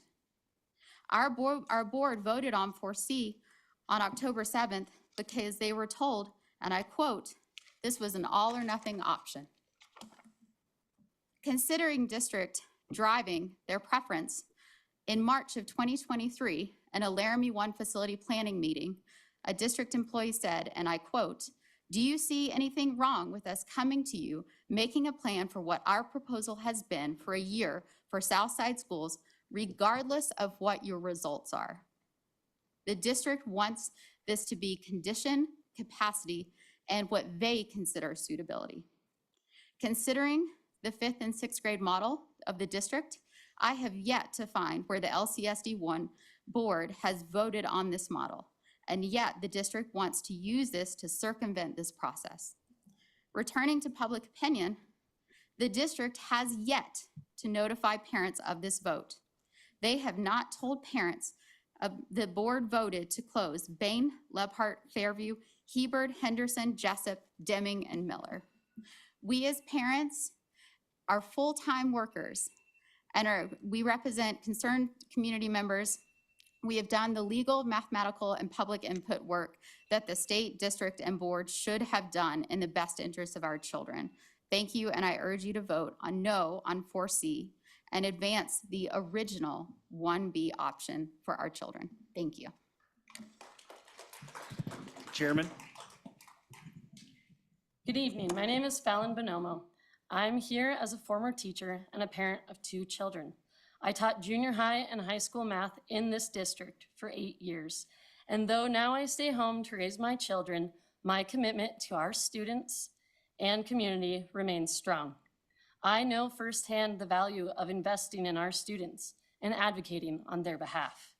Neighborhood schools are woven into the fabric of Cheyenne's identity, embodying Wyoming's values of community.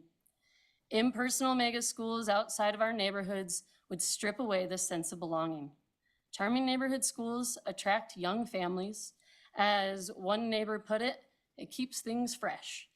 When considering buying a home, the first question people ask is, where's the school?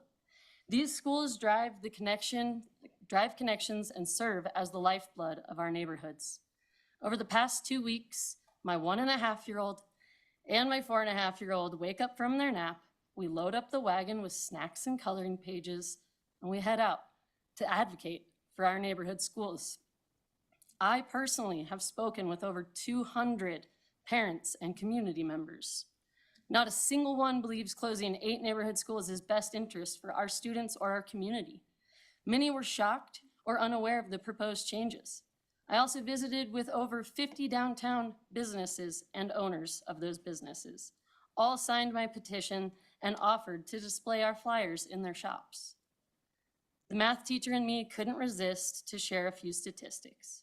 Our petition has gathered over 1,000 signatures, equivalent to 1 in every 63 residents in Cheyenne.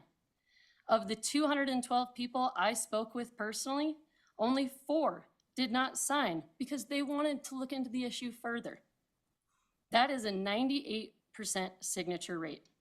These numbers show our community's overwhelming support for neighborhood schools. If time hadn't been so rushed, I'm confident our petition would continue to grow. Laramie County School District asks parents to entrust them with our students, to believe in their decisions of prioritizing our students' best interests. Yet they've shown us little respect in return. The decision was made without community input, without transparency, and no open communication. As a parent and a neighbor to one of the proposed closures, I have received no outreach. The parents and community members most affected by this drastic overhaul deserve a voice at the decision-making table. This choice carries ripple effects that our district hasn't fully considered. Many parents are voicing their distrust in Laramie County School District. And as a teacher who advocates for public education, this is heartbreaking to me. We should set high standards and serve our entire community. They should be schools in the public eye where people want to send their students and feel confident that their kids are being best served. I see this from all angles. I am a parent, I am a homeowner near the school, I am a teacher, and I am a taxpayer, the definition of a stakeholder in this issue. I urge you to keep our neighborhood schools and do what's best for our students and our community. Thank you. Hi, I'm Amber Norby. Ma'am, I'm Oh, sorry, we have okay. someone online. Ms. Nicole Hayes, if you could please unmute and introduce yourself to the commission. Hi, can you hear me? Yes, ma'am. Hi, I'm Nicole Hayes. Sorry, I didn't plan on speaking, so this might sound a little rough. But I am a teacher at ARP Elementary, but I am also a parent, and my children will go to school in the Central Triad. So when I say that my heart goes out to Central Triad parents, I have a friend whose child that goes to Jessup. So trust me when I say that, like, I feel what you are feeling. But I'm just here to talk about equity. And I have taught in a 5-6 building before. And as an educator, I myself have mixed feelings about it. However, it is not equitable to give the East and the Central Triad a 5-6 building and not give the South Side a 5-6 building. That is not fair to those South Side kids. It is not equitable to have students in a 95-degree classroom. It is not equitable to have sewage coming through the floors. It is not equitable for them to have brown drinking water. It is not equitable to have rodents in a building. Meeting for hours, do not touch this button. And all I want is equitable buildings for every single child in LCSD 1. I understand completely buying a home in a neighborhood or the school that you want your child to go to. My husband and I bought land and are going to build a house because of the school. The school that our children will go to is a big deciding factor. Not every family has that ability. And the neighborhood you can afford should not dictate the quality of the school or the school building that your child attends. So I want there to be a solution where every child in LCSD 1 has an equitable school building, because not every child goes home to a stable home. Not every child goes home to heat or running water or anything like that. The least that every child deserves is to come to a school that is a quality building. And that's all that I really just want to urge us to do. Do I think closing 8 buildings is the answer? No, of course I don't. But I also don't think that the South Side has what they need. And I just want to see all of our students in LCSD 1 have equitable school buildings and receive a quality education. Thank you. Okay. Hi, I'm Amber Norby, and this is an emotional topic. Sorry. I grew up in California. My husband grew up in Florida, and we've chosen to live in Wyoming. If I was on that side of the counter, I would be asking a couple questions, and they've kind of been asked already, which I appreciate, but I don't feel like they've been answered. I'm still really confused on the busing. Like, where's that money coming from? I didn't see any numbers in the report. So is that a district? The district takes care of the money, or that's a slush fund? I'm still confused on how the busing will work. We kind of had a little bit of an answer of we've run some numbers, but we didn't get an answer when you asked. I'm confused about how we're going to recruit more bus drivers to accommodate all of that. Sorry. I'm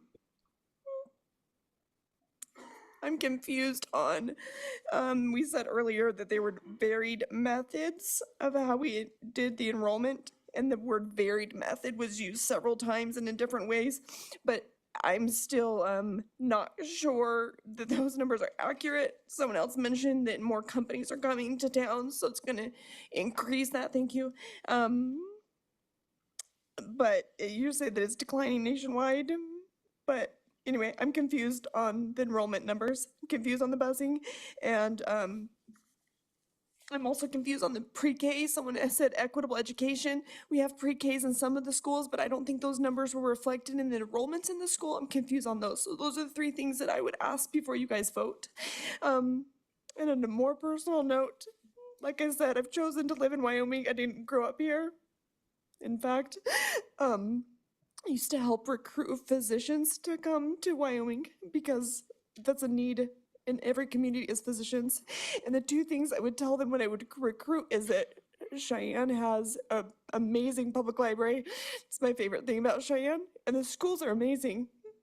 And I don't know if I can say that second part anymore if we change the format of our schools. And if it's not going to be an equitable education. The last speaker said something about 5-6, and I'm like, you're blessed to not get a 5-6. No one in the Central or East Triad want the 5-6.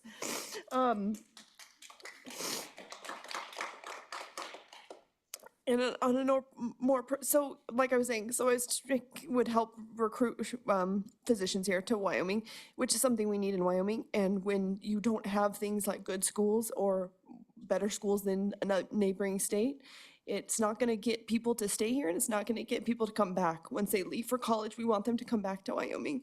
My daughter said to me a while ago, she's 8, she said, I want to live in Wyoming when I grow up. And I thought, oh my gosh, she loves me. She wants to live near me. And she said, no, it's because I want my kids to go to Jessup. And I'm not sure that if that'll completely impact her if she'll live here in Wyoming, but I do think the quality of education in school is one of the biggest, it's a great pull, a draw for people to live here. And when we change the makeup of it, it's going to change people coming to Wyoming. And I would just urge you to please pause and think before you guys vote on this. Thank you.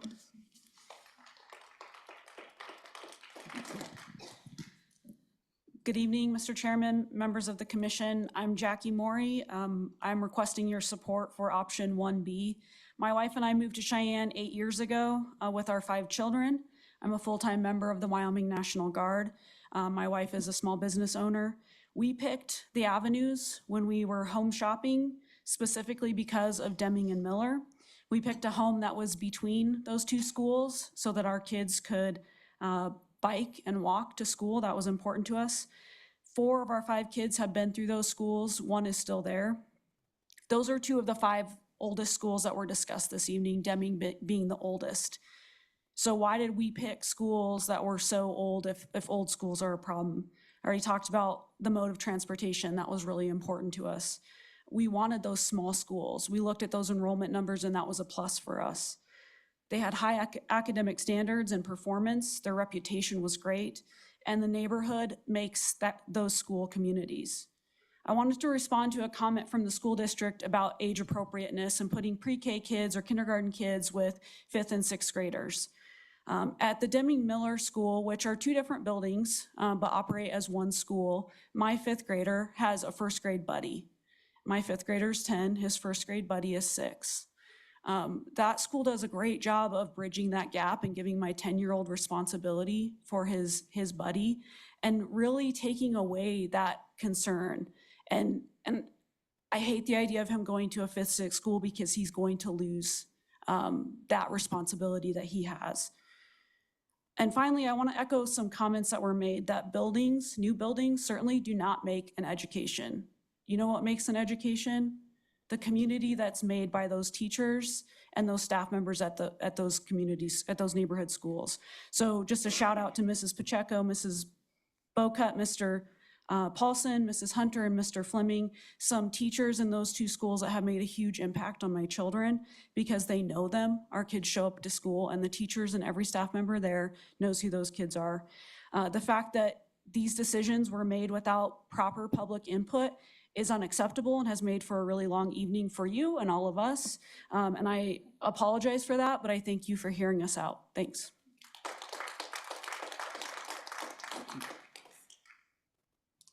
Mr. Chairman and members of the commission, good evening. My name is Leanne Manlove, and I'm a product of Laramie County Schools, the University of Wyoming. I think you're beginning to sense that this is a very difficult issue emotionally for Laramie County. And I want to tell you, I stand before you as the parent, very proudly, of 2 boys who are also the product of Laramie County Schools. My oldest son just graduated in May from the Naval Academy, and his younger brother is in Laradice at the University of Wyoming. He's a member of the Army National Guard and ROTC. I believe in Wyoming public education. I also believe in facts and data. I want to share with you a question that I have that's not addressed in the 4C that is being urged as the Mercer by the School Facilities Department, Capital Construction. And here's my question. Title I funding, which is federal dollars, comes to the Laramie County School District and every school district based on a formula. And these are rough numbers. But the formula is essentially if 35% of your student population is at the federal poverty level or below, you get an additional $3,000 for each one of those students in that 35%. Because we know from data and facts that those children are vulnerable, that they need extra help. And so I ask you, if you take little tiny Deming and Miller and Henderson and all of these small schools and you pack our children into mega schools, what do you think happens to that 35% population? You lose it. And then you lose that funding for our most vulnerable students. Not my children. My children are already out of school.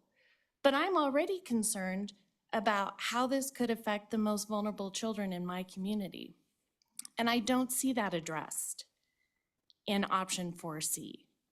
And I would urge you to ask a lot of questions of everyone before you adopt a recommendation. And you have the statutory authority to do exactly that, to direct the people who work for Laramie County School District 1 students to come back with a better solution. Because what nobody will stand up and tell you with 4C is that mega schools equal better educational outcomes for our children. And in the Wyoming Constitution, they have a right to it.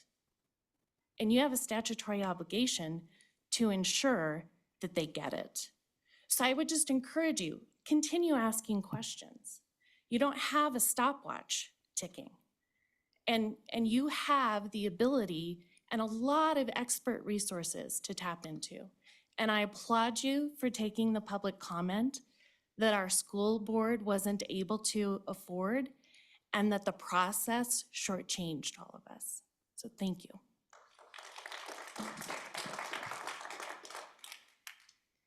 Mr. Chairman, members of the commission, thank you for your time. It is greatly appreciated. I'm here on behalf of my daughter, who's a 5th grader at Miller Elementary. If this plan goes through, my daughter will be in 4 buildings in 5 years. I value consistency. I've been in my home for 13 years. I've been in my neighborhood for 26 years. Consistency is good for kids. I also was an educator here in Cheyenne for 30 years.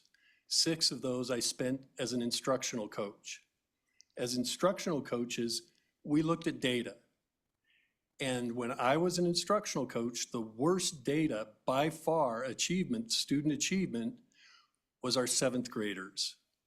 Transitioning from that small, nurturing environment into the big triad junior high, it plummeted.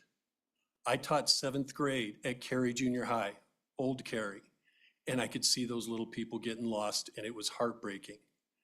I also taught for a considerable amount of time at East High School, one of the largest schools in the state.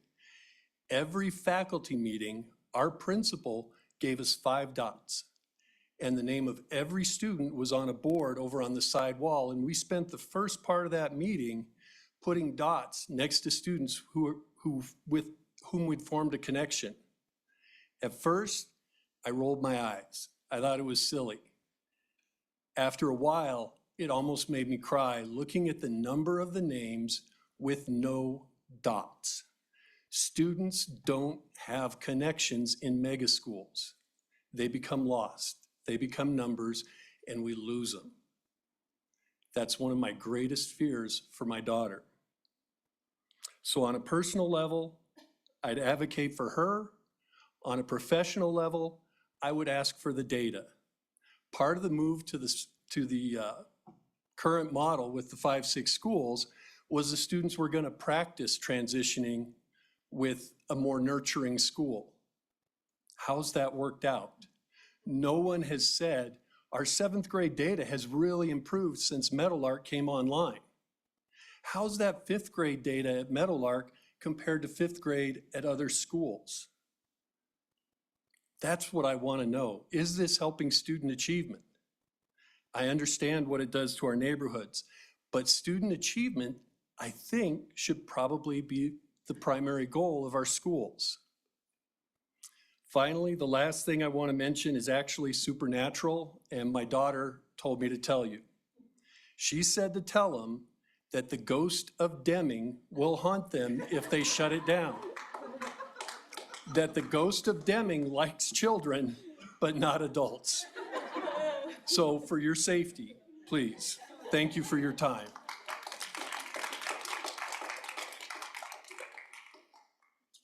Hello, Chairman and the Commission. I appreciate the time that you guys are taking to have this meeting and allow so many people to make their comments known.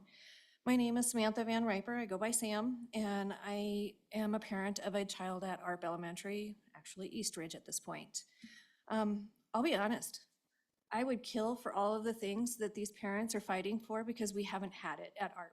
We haven't had it at ARP. We haven't had it at East Ridge. We have crap. I'm sorry. We have been dealing with it for so many years, and we have been passed over for so many years. Like Mrs. Hay said, we've got brown water. We've got toilets that don't flush. We had sewer line issues. We've got security issues. We've got a playground that last year we had 4 broken arms in, and I believe we already have 1 this year. We are packing our kids into a tiny little area at East Ridge. How much longer do we need to wait? I understand that the other parents, they have a great opportunity for their kids, and I want that equality all the way across the board. If it's an all or nothing, I am sorry, but please give my kid the same exact benefits that their kids are getting. My child gets 45-minute naps during the beginning of the year because it's so hot that nobody can even function. You can't think, you can't teach, you can't do anything. My kid is not getting the same educational benefits as another child in another school that doesn't have those issues.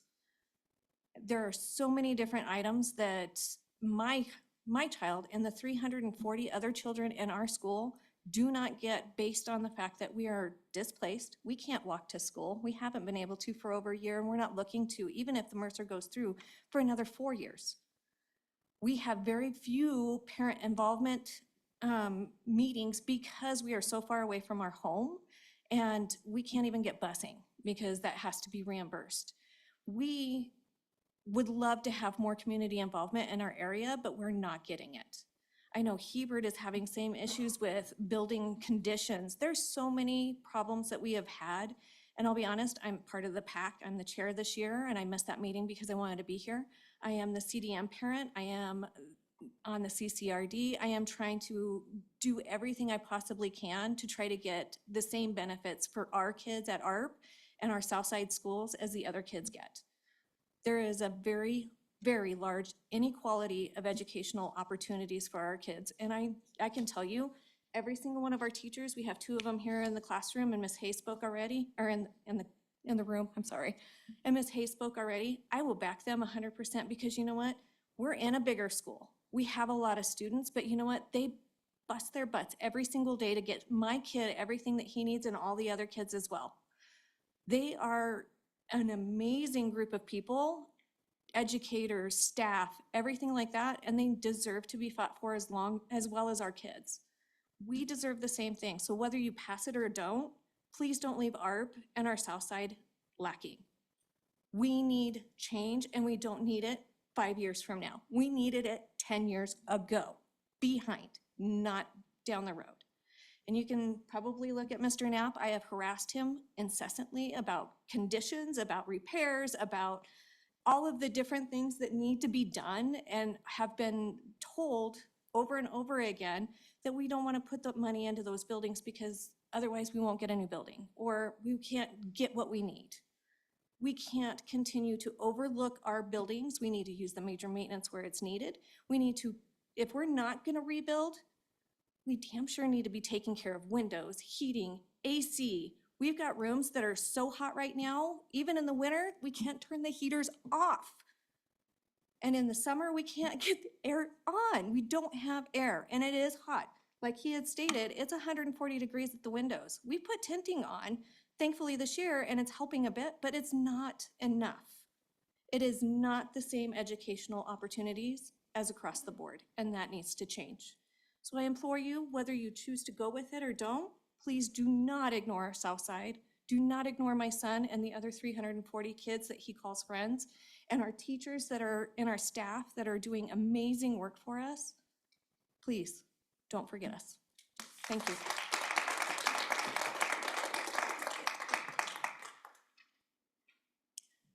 Hello, Commissioners. My name is Katie Christofferson, and I'm an active parent in the Laramie 1 School District on PTOs, and I'm on the District Parent Advisory Committee as well. I have grown up in Wyoming and have my elementary ed degree with family members in all facets of education throughout the state. I have 4 students at 4 schools here in LCSD 1, all of which have needed to move from buildings for one reason or another, and I do have a first grader at Jessup. I previously gave public comment at the June 2023 Commission meeting. My point of being there then was to learn and to give a parent's perspective that many elementary schools in LCSD 1 were in dire need of help. I asked the commissioners to allow school districts to be more involved in some of your decision-making, since they are the ones that know their buildings best, and hear the concerns of the principals at those buildings.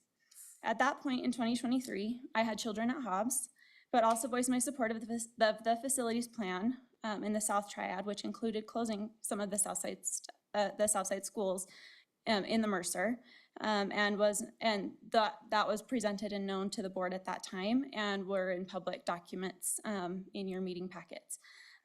So that was out there at least. It was maybe a surprise to some parents, but not all. In fact, I have been waiting for answers since then. I've been waiting for the Mercer study since that meeting. And the Parent Advisory Committee members who meet once a month, have been given information about the district, about our buildings, and the release of the Mercer study that should have been distributed to their PTOs, which I am the rep for McCormick this year. I have a 6th grader at Coyote Ridge this year as well, and I would like to speak to the fact that it's been an incredible experience for her. The teachers and principal have done a lot of work in making it a great place and a great community, bringing many school populations together. And it's been on the forefront of their mind, I know that for sure. I hope that more work can be done to show both the challenges that the school staff faces, how they handle those challenges, but also the benefits of that learning environment for those 5th and 6th graders. I'd like to reiterate that LCSD 1's needs are urgent, and we need some proactive decisions to be made very soon. I hope that you feel like you're at a place to make a decision, even with many parents feeling blindsided by the closure of so many schools. Our kids and teachers have been waiting and waiting for some major solutions and problems to their buildings, some of which can't support some of the new technology or renovations that they deserve to have. I ask you to make sure that this is the best decision for kids, even if many in attendance may have a different idea of what that best decision might be. There's a lot of fear and emotion, so I don't envy you, and I wouldn't know what to do, but I do trust that you were appointed for a reason. Thank you.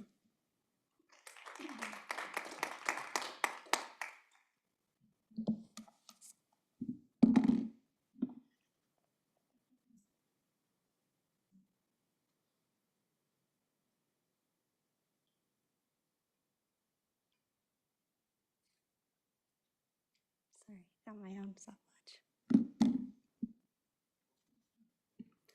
I'm Abigail Bodewines. I'm an attorney in town. I was one of the drafters of the letter that you received, the legal memorandum. We've still not received our response, but I don't suppose that's coming. I'm going to cover a few issues in this.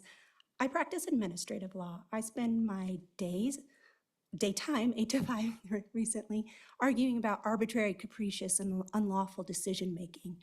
In the evenings, I've dug into your statutes. I spent 3 years running the state's program evaluation function that looks at whether agencies like yourself are complying with state law.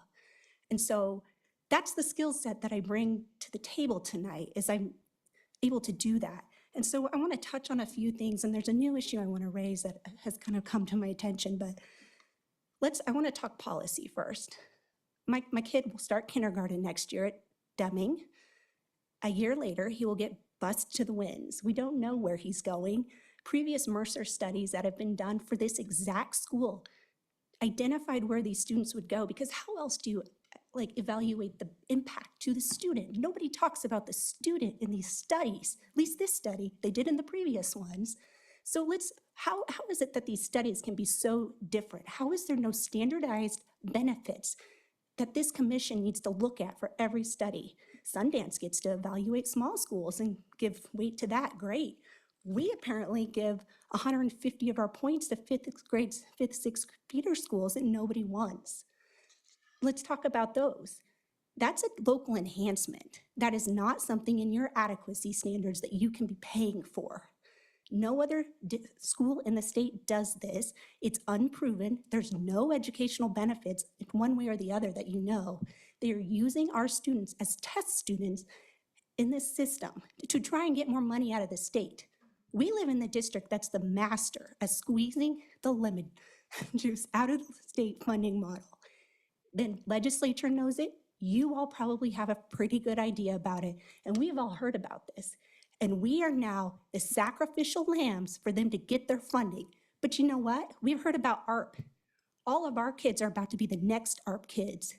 Because we saw the election results last night. You think you're going to get $150 million for this district in the next 10 years? You're closing Miller next year. There's no replacement for that. You're closing Deming, you're closing Jessup, you're closing all these schools. And where's the money coming? Because this plan relies on an additional $150 million that has not been appropriated. How is that a remedy? Let's talk about that. A remedy is supposed to be to solve a problem.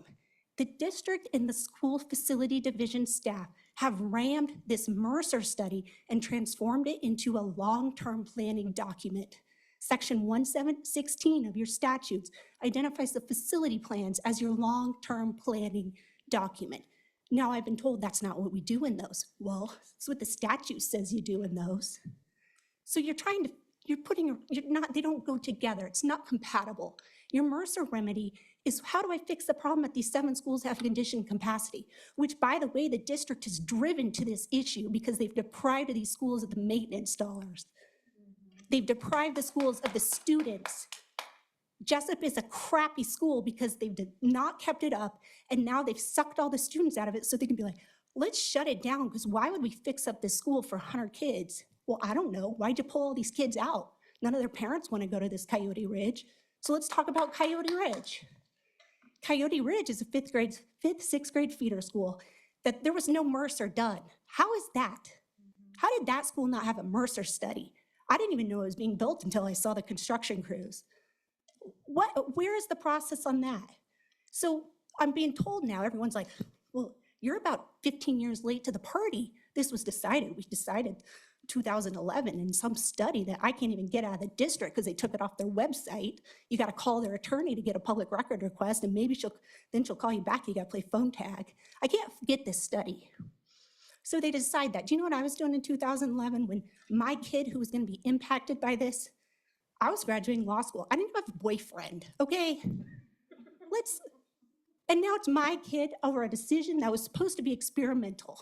All of these schools, is my understanding, were designed to be converted back because when the first school was built, it was supposed to be experimental. So you can see why people are pissed off.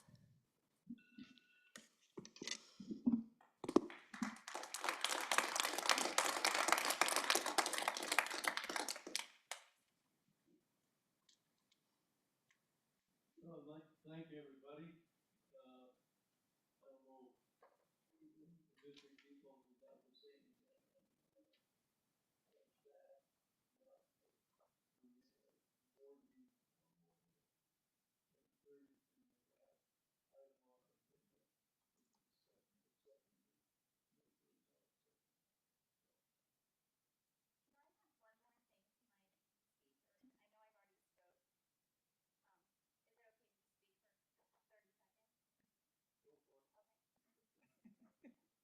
Chairman Charter,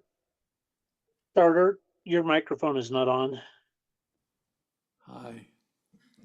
Is this on now? I just wanted to share, I know we're all a tight-knit community in Wyoming, but Deming did have a water issue, and our PTO I think we had money raised within 1 month, and we had water filtration systems put inside our schools so our kids could have clean water. The community comes together if we all need something, because we love our small schools so much that like all of us are willing to put in whatever. So when they're saying there isn't clean water and there isn't this, all of us love our small schools so much that we are willing to just be like, oh, let's do a fundraiser, and it happens within a super timely manner, not going 10 years from now, 10 years ago, you know? So as Wyomingites, I think we all know like how to come together to solve problems, to make sure that schools stay small and that our education stays high.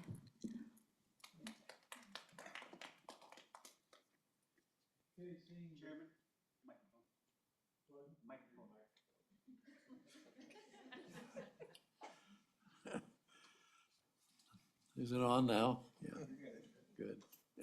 Anyway, we will convene again tomorrow in our official meeting. It begins at 8:30.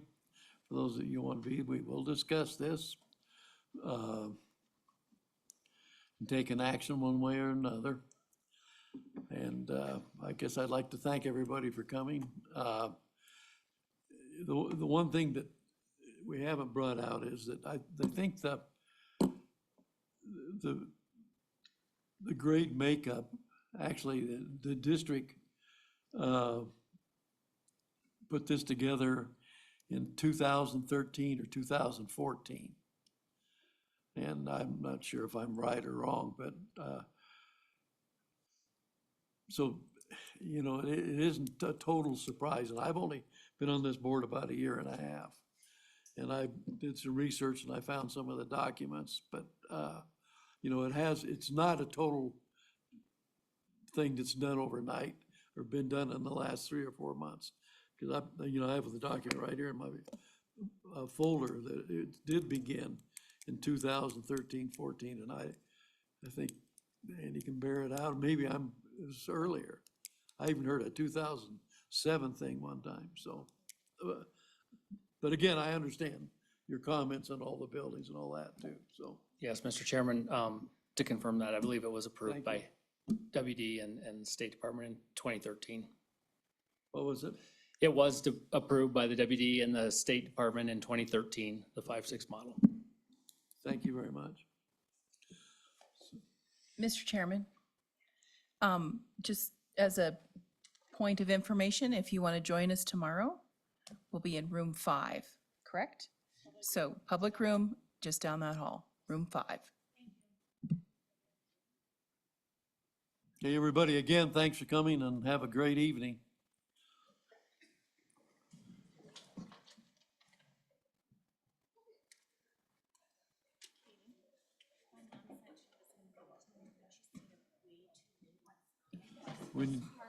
Mr. Chairman, I move we adjourn the meeting. I second. It's non-debatable. All those in favor? Aye. Any opposed, same sign. So moved.